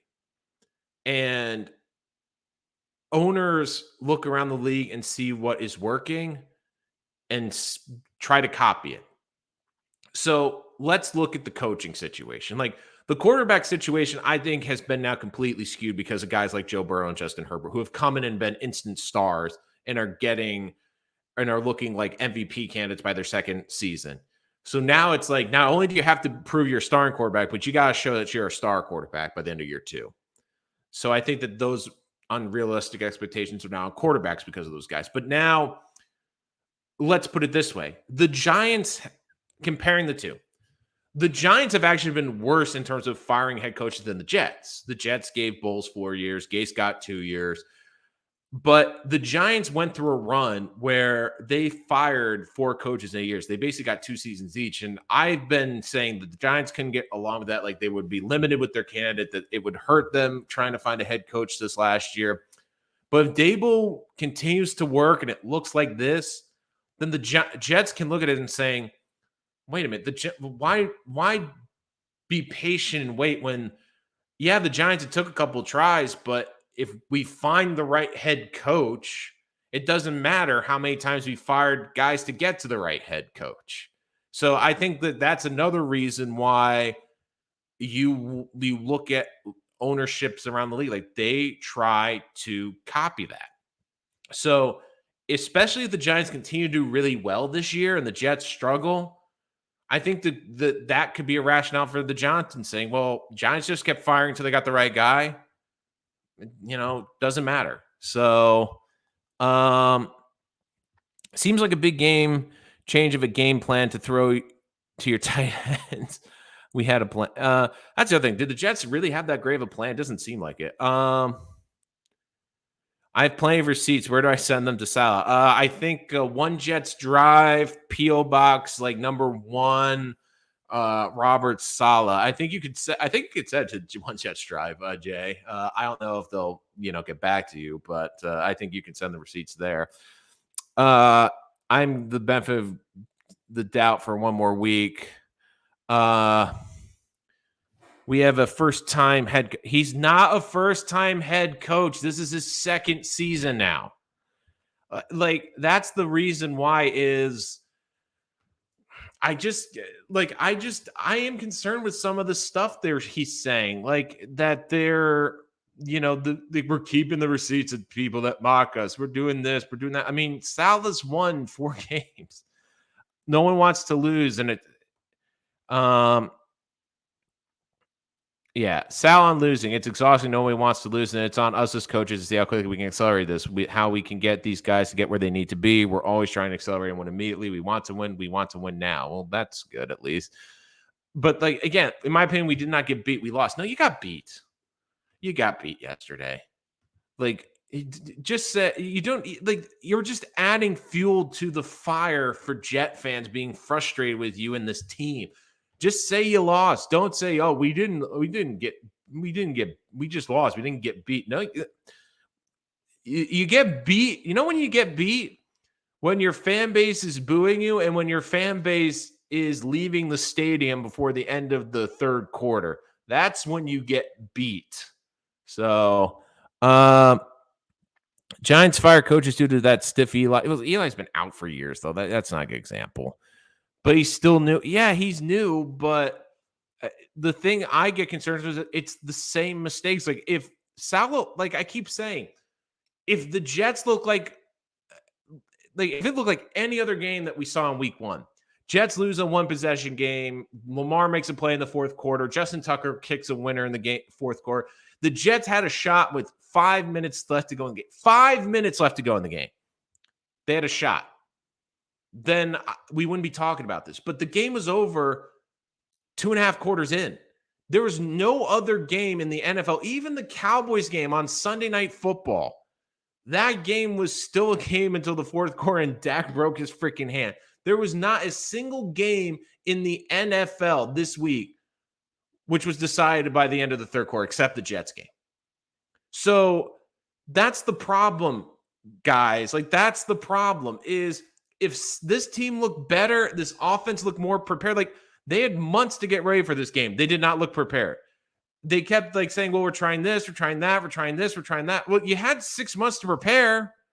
You didn't know which personnel was going to use.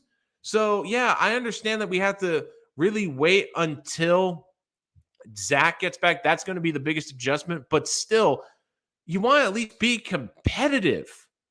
The Jets were not competitive.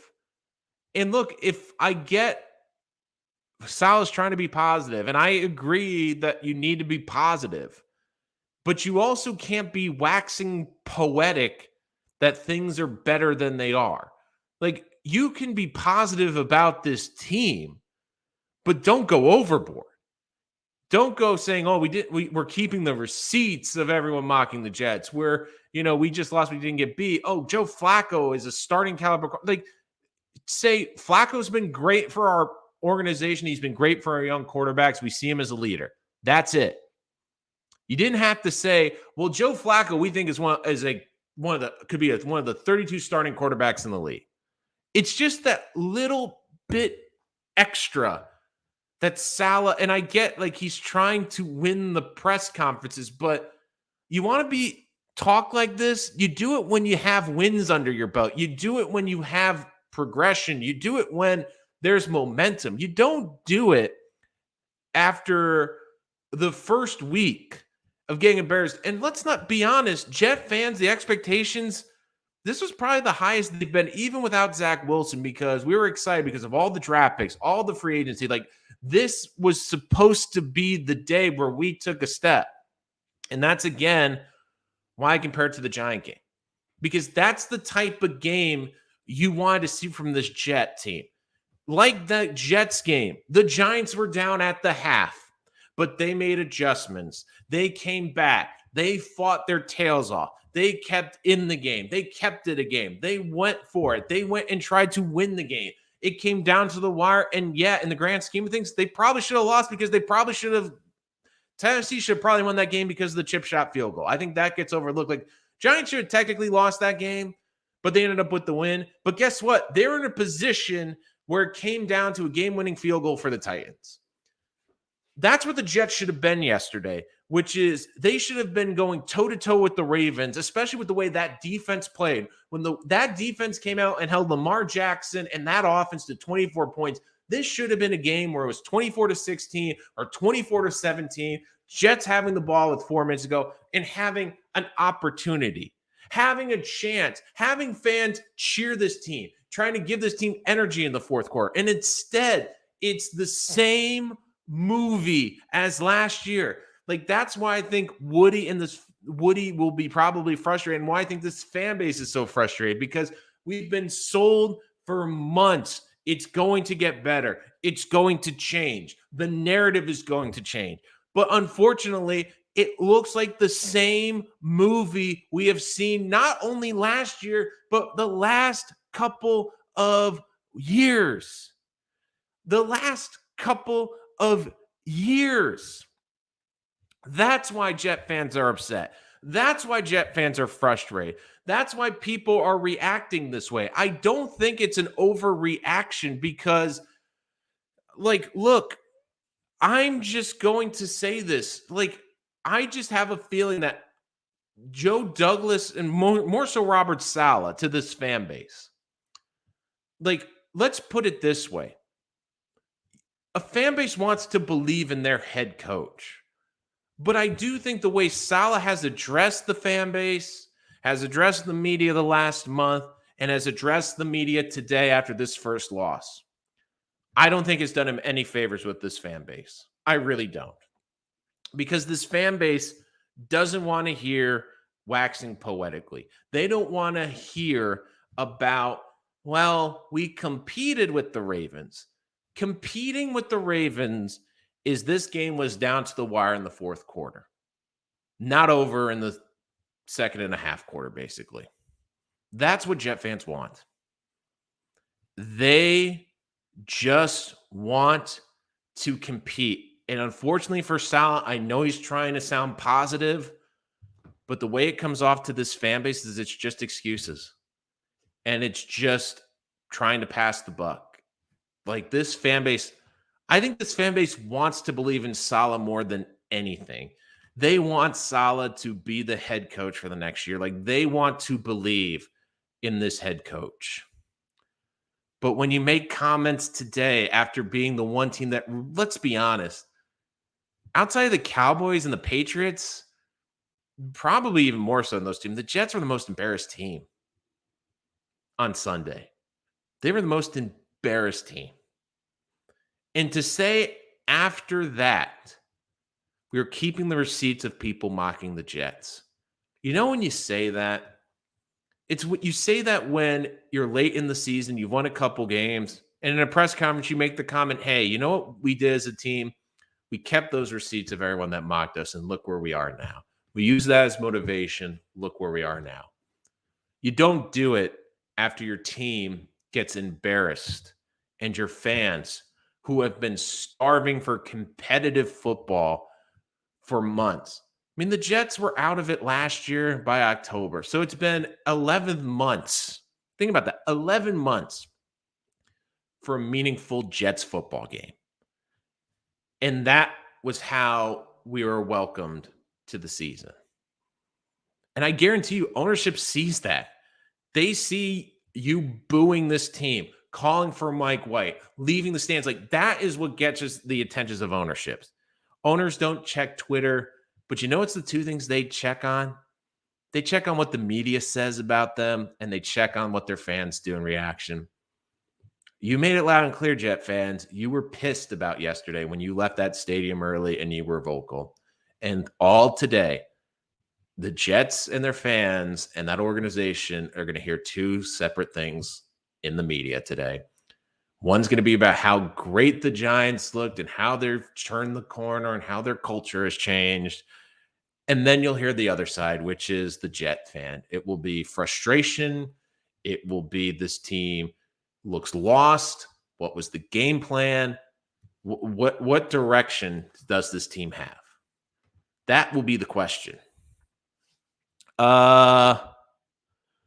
Lots of comments, man. Like, again, guys, you guys are freaking awesome. It's just game plan for Ravens ridiculous. Yeah, that the game plan too. 59 passes for Joe Flacco. Patrick Mahomes threw 5 touchdowns. He didn't throw the ball 59 times. Justin Herbert didn't throw the ball 59 times. No one ever should be throwing the ball 59 times in a game. And yet Joe Flacco was. New York Jets, Florida, this is a huge overreaction to 1 week. But is it really 1 week, though? Because this continues to look for, like, that's my point, though. A Hall of Fame quarterback isn't throwing the ball 59 times. So why is Joe Flacco?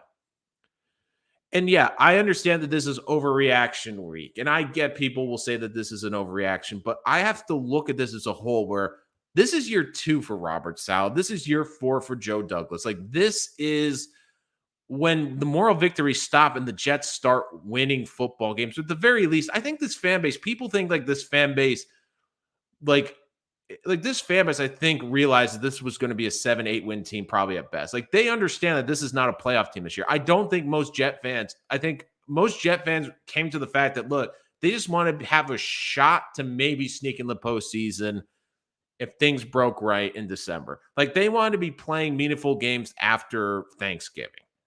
Heck, meaningful games after Halloween, pretty much. So when you see the Jets come out and play like that, like, and let me ask you this, like, I know people are gonna say, "Oh, this is an overreaction, this is an overreaction." Like, do you feel confident in this team going against Cleveland next week? If Joe Flacco or even Mike White, do you feel confident that they can sneak win? Do you have confidence that this team could be 1-2? Like, they have to be 1-2 when Zach gets back. But I don't have the confidence going into Cleveland. I think they have a better shot now, and that's probably their best shot for a win. But do you really think Joe Flacco, even against Jacoby Brissett, is going to go into Cleveland and win a ball game? I don't. And look, this coaching staff, like they have to get creative. And this is the concerning thing to me is I know that they're trying to be positive, and I do appreciate that. And I actually think that you need to be positive in adversity. But the attitude that I feel most Jet fans are receiving, the way that we are interpreting this as a fan base, is it almost feels like they're too confident. That they're, oh, don't worry, we got all under control, we'll figure it out. But the problem is, this isn't an organization that's coming off a playoff berth or a team that won like 8 or 9 games last year. We're like, okay, they won games. They have that under their belt. The Jets don't have those wins under their belt. They need to prove that they can win games. And also with this coaching staff, a lot of that was on coaching yesterday. The offense didn't look prepared. This offense didn't make adjustments. This offense couldn't figure out how to move the football until garbage time. Then you had special team blunders. You had fumbles. Like, it was little mistakes yesterday. And that comes down to coaching. Like, if you are a team like the Jets, where you don't have a superstar quarterback or you are not an elite team, you can't be making little mistakes. Like, you have to be buttoned up on special teams, on offense. Like, you might not be great, but you have to be buttoned up and prepared. And the Jets weren't either of those in the first game. That, to me, was concerning. I love boycott activation. I'm confident to win next week if Joe Flacco's not the quarterback. That's why I stopped watching Jet games over a decade ago. I have no confidence in this coaching staff. At one point, the defense will stop trying. Like, you saw it last year. Like, again, like great point. And look, like, this all comes down to like how Saleh and Joe Douglas looked at personnel. Like, you can't, honestly, for Jet fans, it's like you had Jacoby Brissett, you had some decent backup quarterbacks over free agents this year, and you went all in on Joe Flacco to keep him for another year. Like, you could have had Tyrod Taylor, Mitch Trubisky was on the market. Like, there were guys out on this market that have proven themselves to at least be serviceable quarterbacks or at least good backups. But no, they had to go with Joe Flacco, despite, Zach missing 4 games last year. So, and all we kept hearing was how good Joe looked, how good Joe looked, how good Joe looked. And look, here's the truth. Joe Flacco's 4-18 in his last 22 starts as a quarterback. Like, it's not a good thing when it feels like the fans who watch the game, not work in the game, but watch the game, feel like they know the answer to the questions before the coaching staff and the organization do. Like, every Jet fan felt Joe Flacco was done last year, or heck, even the year before. But yet, he's the number 1 backup. Like I said, I was more confident with Mike White as the backup quarterback going into this year than Joe Flacco. I thought Mike White proved to me more in his limited role last year as a backup than Joe Flacco did. And yes, Joe Flacco is good for young Zach Wilson. I get the mentorship, but bring him back as a quarterback coach. Bring him back as an advisor. Make him the highest paid quarterback assistant. I don't care. It shouldn't be the backup quarterback to this team. Flacco should have been pulled yesterday. Yeah, I agree. If I was running the Jets, it'd be Mike White and Strevler. But Saleh made the comments today that The way I interpreted Sal's comment is that the leash will be shorter on Flacco, but Flacco's going to be the one starting in Cleveland. That's what I took. So, and that's the thing. Like, this is my thing for Robert Saleh. This will be the last thing before I go. When you are a head coach, the biggest thing I want to see from coaches and players and front office people is learning from mistakes. One thing I will say about Joe Douglas in a positive manner is I do think he learned a lot from the mistakes of his first draft, which was working more closely with the coaching staff, finding players that fit the scheme better, and really doing a more collaborative progress with the scouting and with the coaching staff and working all together to make sure they get the right players for the team. And I do think it's paid off. Like, you have seen the growth in his drafts from 2021, 2022 compared to the 2020 draft. I've at least seen growth from Douglas, and I've seen progression and seen him learn from the past and seen him be more aggressive in free agency. You know what I haven't seen from Robert Saleh is growth. Look, you can make mistakes talking to the media in year one. It's New York. I get it's difficult with the media here. I understand it's tough to sit up there and talk, and I understand every single word that comes out of your mouth is going to be scrutinized beyond the point of, it's going to be over scrutinized. But to see Saleh continue to not learn from his mistakes. Like, he should have learned from Mekhi Becton last year when he gave that definitive 4 to 8 week timeline, and he did not come back the entire season. Jet fans put it to the side. I think it's okay. Saleh's first year. Becton's had injuries. It's okay. But then you have the Becton injury this summer. And he's out for the season. Then you have Zach. Zach's progressing. Oh, wait, Zach can't come back to week 4.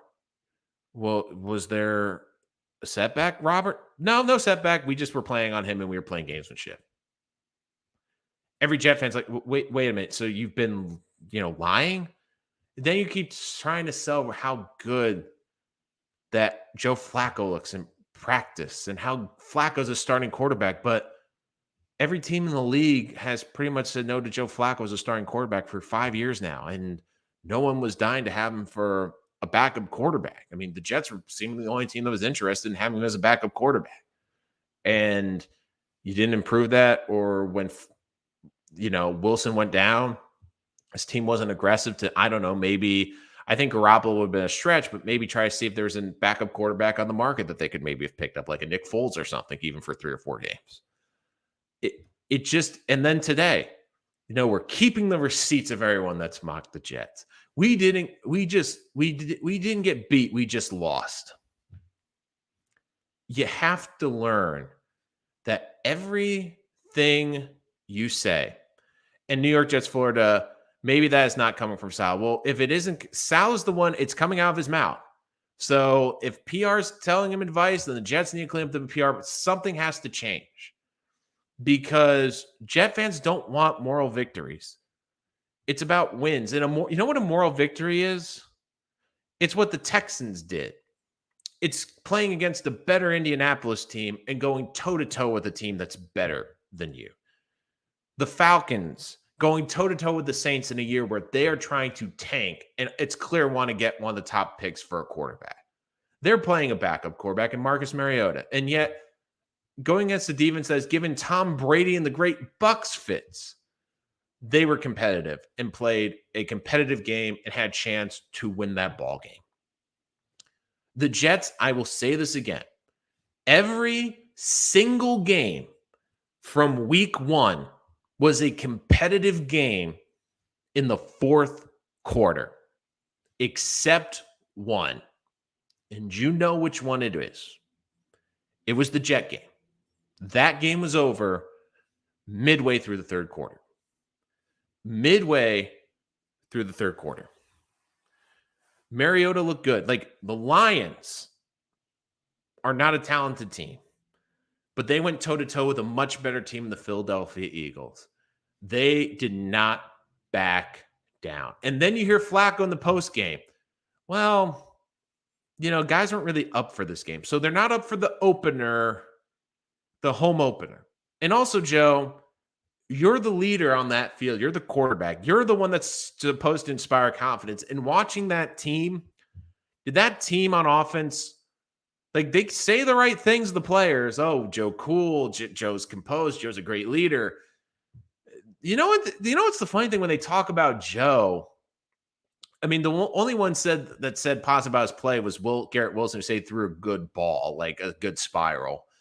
And I mean, that got overblown too. But it's funny when the players talk about Joe, oh, he's cool. Like, if we had protected him, he would have been able to make throws. Like everyone's like trying to take the blame off of Joe. And I think Joe's a great guy and a great person. But whenever they talk about Joe in a positive light, it's about his leadership and how he handles pressure and adversity. You know what it's not about? It's not about his throwing or his ability or how he's playing on the field. So, and also, like, I saw this comment. They seem like they want to give Zach no competition. Like, Zach still is going to be the starter. Like, you could have brought in Tyrod Taylor or someone else. I don't think it would have been a competition, but you just felt like this team needed to upgrade the backup position. So I just look at this Jet team. I get the frustration. I get the anger. And look, guys, it's going to be a season like they need to turn around quickly, because this season could get really ugly really fast. I mean, we're not even talking about what happens with Zach returns, because Zach also needs to hit. And look, this coaching staff can't use the excuse, well, we didn't have Zach, so we couldn't be competitive. I saw teams with weaker quarterbacks yesterday compete with teams with better quarterbacks. Davis Mills, and I know Matt Ryan's older, but he's not Matt Ryan, and he went toe-to-toe with him. I'm seeing all these games yesterday where the NFL teams were competitive in the fourth quarter. Is that, like, is that so much to ask for? To have a competitive game in the fourth quarter? Like, we were saying that all last year. Man, we want games in the fourth quarter. Like, it's the same thing as last year. You need to learn from your mistakes, and you need to see progression. And I do like Robert Saleh, and I do think Robert Saleh still has a chance to be a very good head coach and still be a good leader. But he has to learn. And here's the big thing. Jet fans are watching closely. Like, they need to see progression. Not just now from the players, not just from this quarterback, but they need to see progression from this coaching staff. Because I do think the honeymoon is over. Last year, you get a pass. And I know trust me, I'm one of those people that think coaching staffs need 3 years. But the way this has started off so negatively, and how it just seems like this coaching staff, from their comments, is kind of like, it's okay, we'll figure it out. They better figure it out quickly. Because while this coaching staff has not been here long, Jet fans have been struggling for 12 years now. And it just feels like the Jet fans just wants this team to be closer to the playoffs. You just want to feel like this is going forward. And after Sunday, it felt like, at best, the Jets were stuck in the same place as last year. And worse, that they were going back here from last year. Thank you guys so much for joining us. If you're new to the channel, make sure you bash that subscribe button. Of course, we have more Jets content throughout the week, and we will also have live reaction after every single Jets game, including previews for the week. So we'll have a Browns preview later this week. Make sure to give us a follow on Twitter at Rich Sports Talk. Thank you, everyone, for the comments today. If you're joining us after the show, make sure you put your comments in the channel. I'll make sure to answer those questions in the next video. Again, guys, you were awesome. Love the feedback. Love the questions. You guys were awesome as always. Jet fans always bring it. They always bring great questions. And again, over 2 hours. So we give you a lot of Jet content. I mean, where else are you going to get 2 hours of Jet content? So again, thank you as always. Love you guys. You guys are freaking fantastic. You guys are the best. Can't wait for you. And if you know any Jet fans that want a Jet community, let them know about Rich Sports Talk. We would love to get them here. We'd love to talk to them. We'd love to get more Jets fans here. And look, I keep saying, for Jet fans, don't invest in therapy. Just watch our show. We're free. So we're a lot cheaper for Jets therapy. And look, especially after Sunday, I think a lot of us need some therapy. So we're cheaper than therapy. So make sure you come and join us here. But until next time, thank you so much for joining us. I'm Nolan Rich, and this is Rich Sports.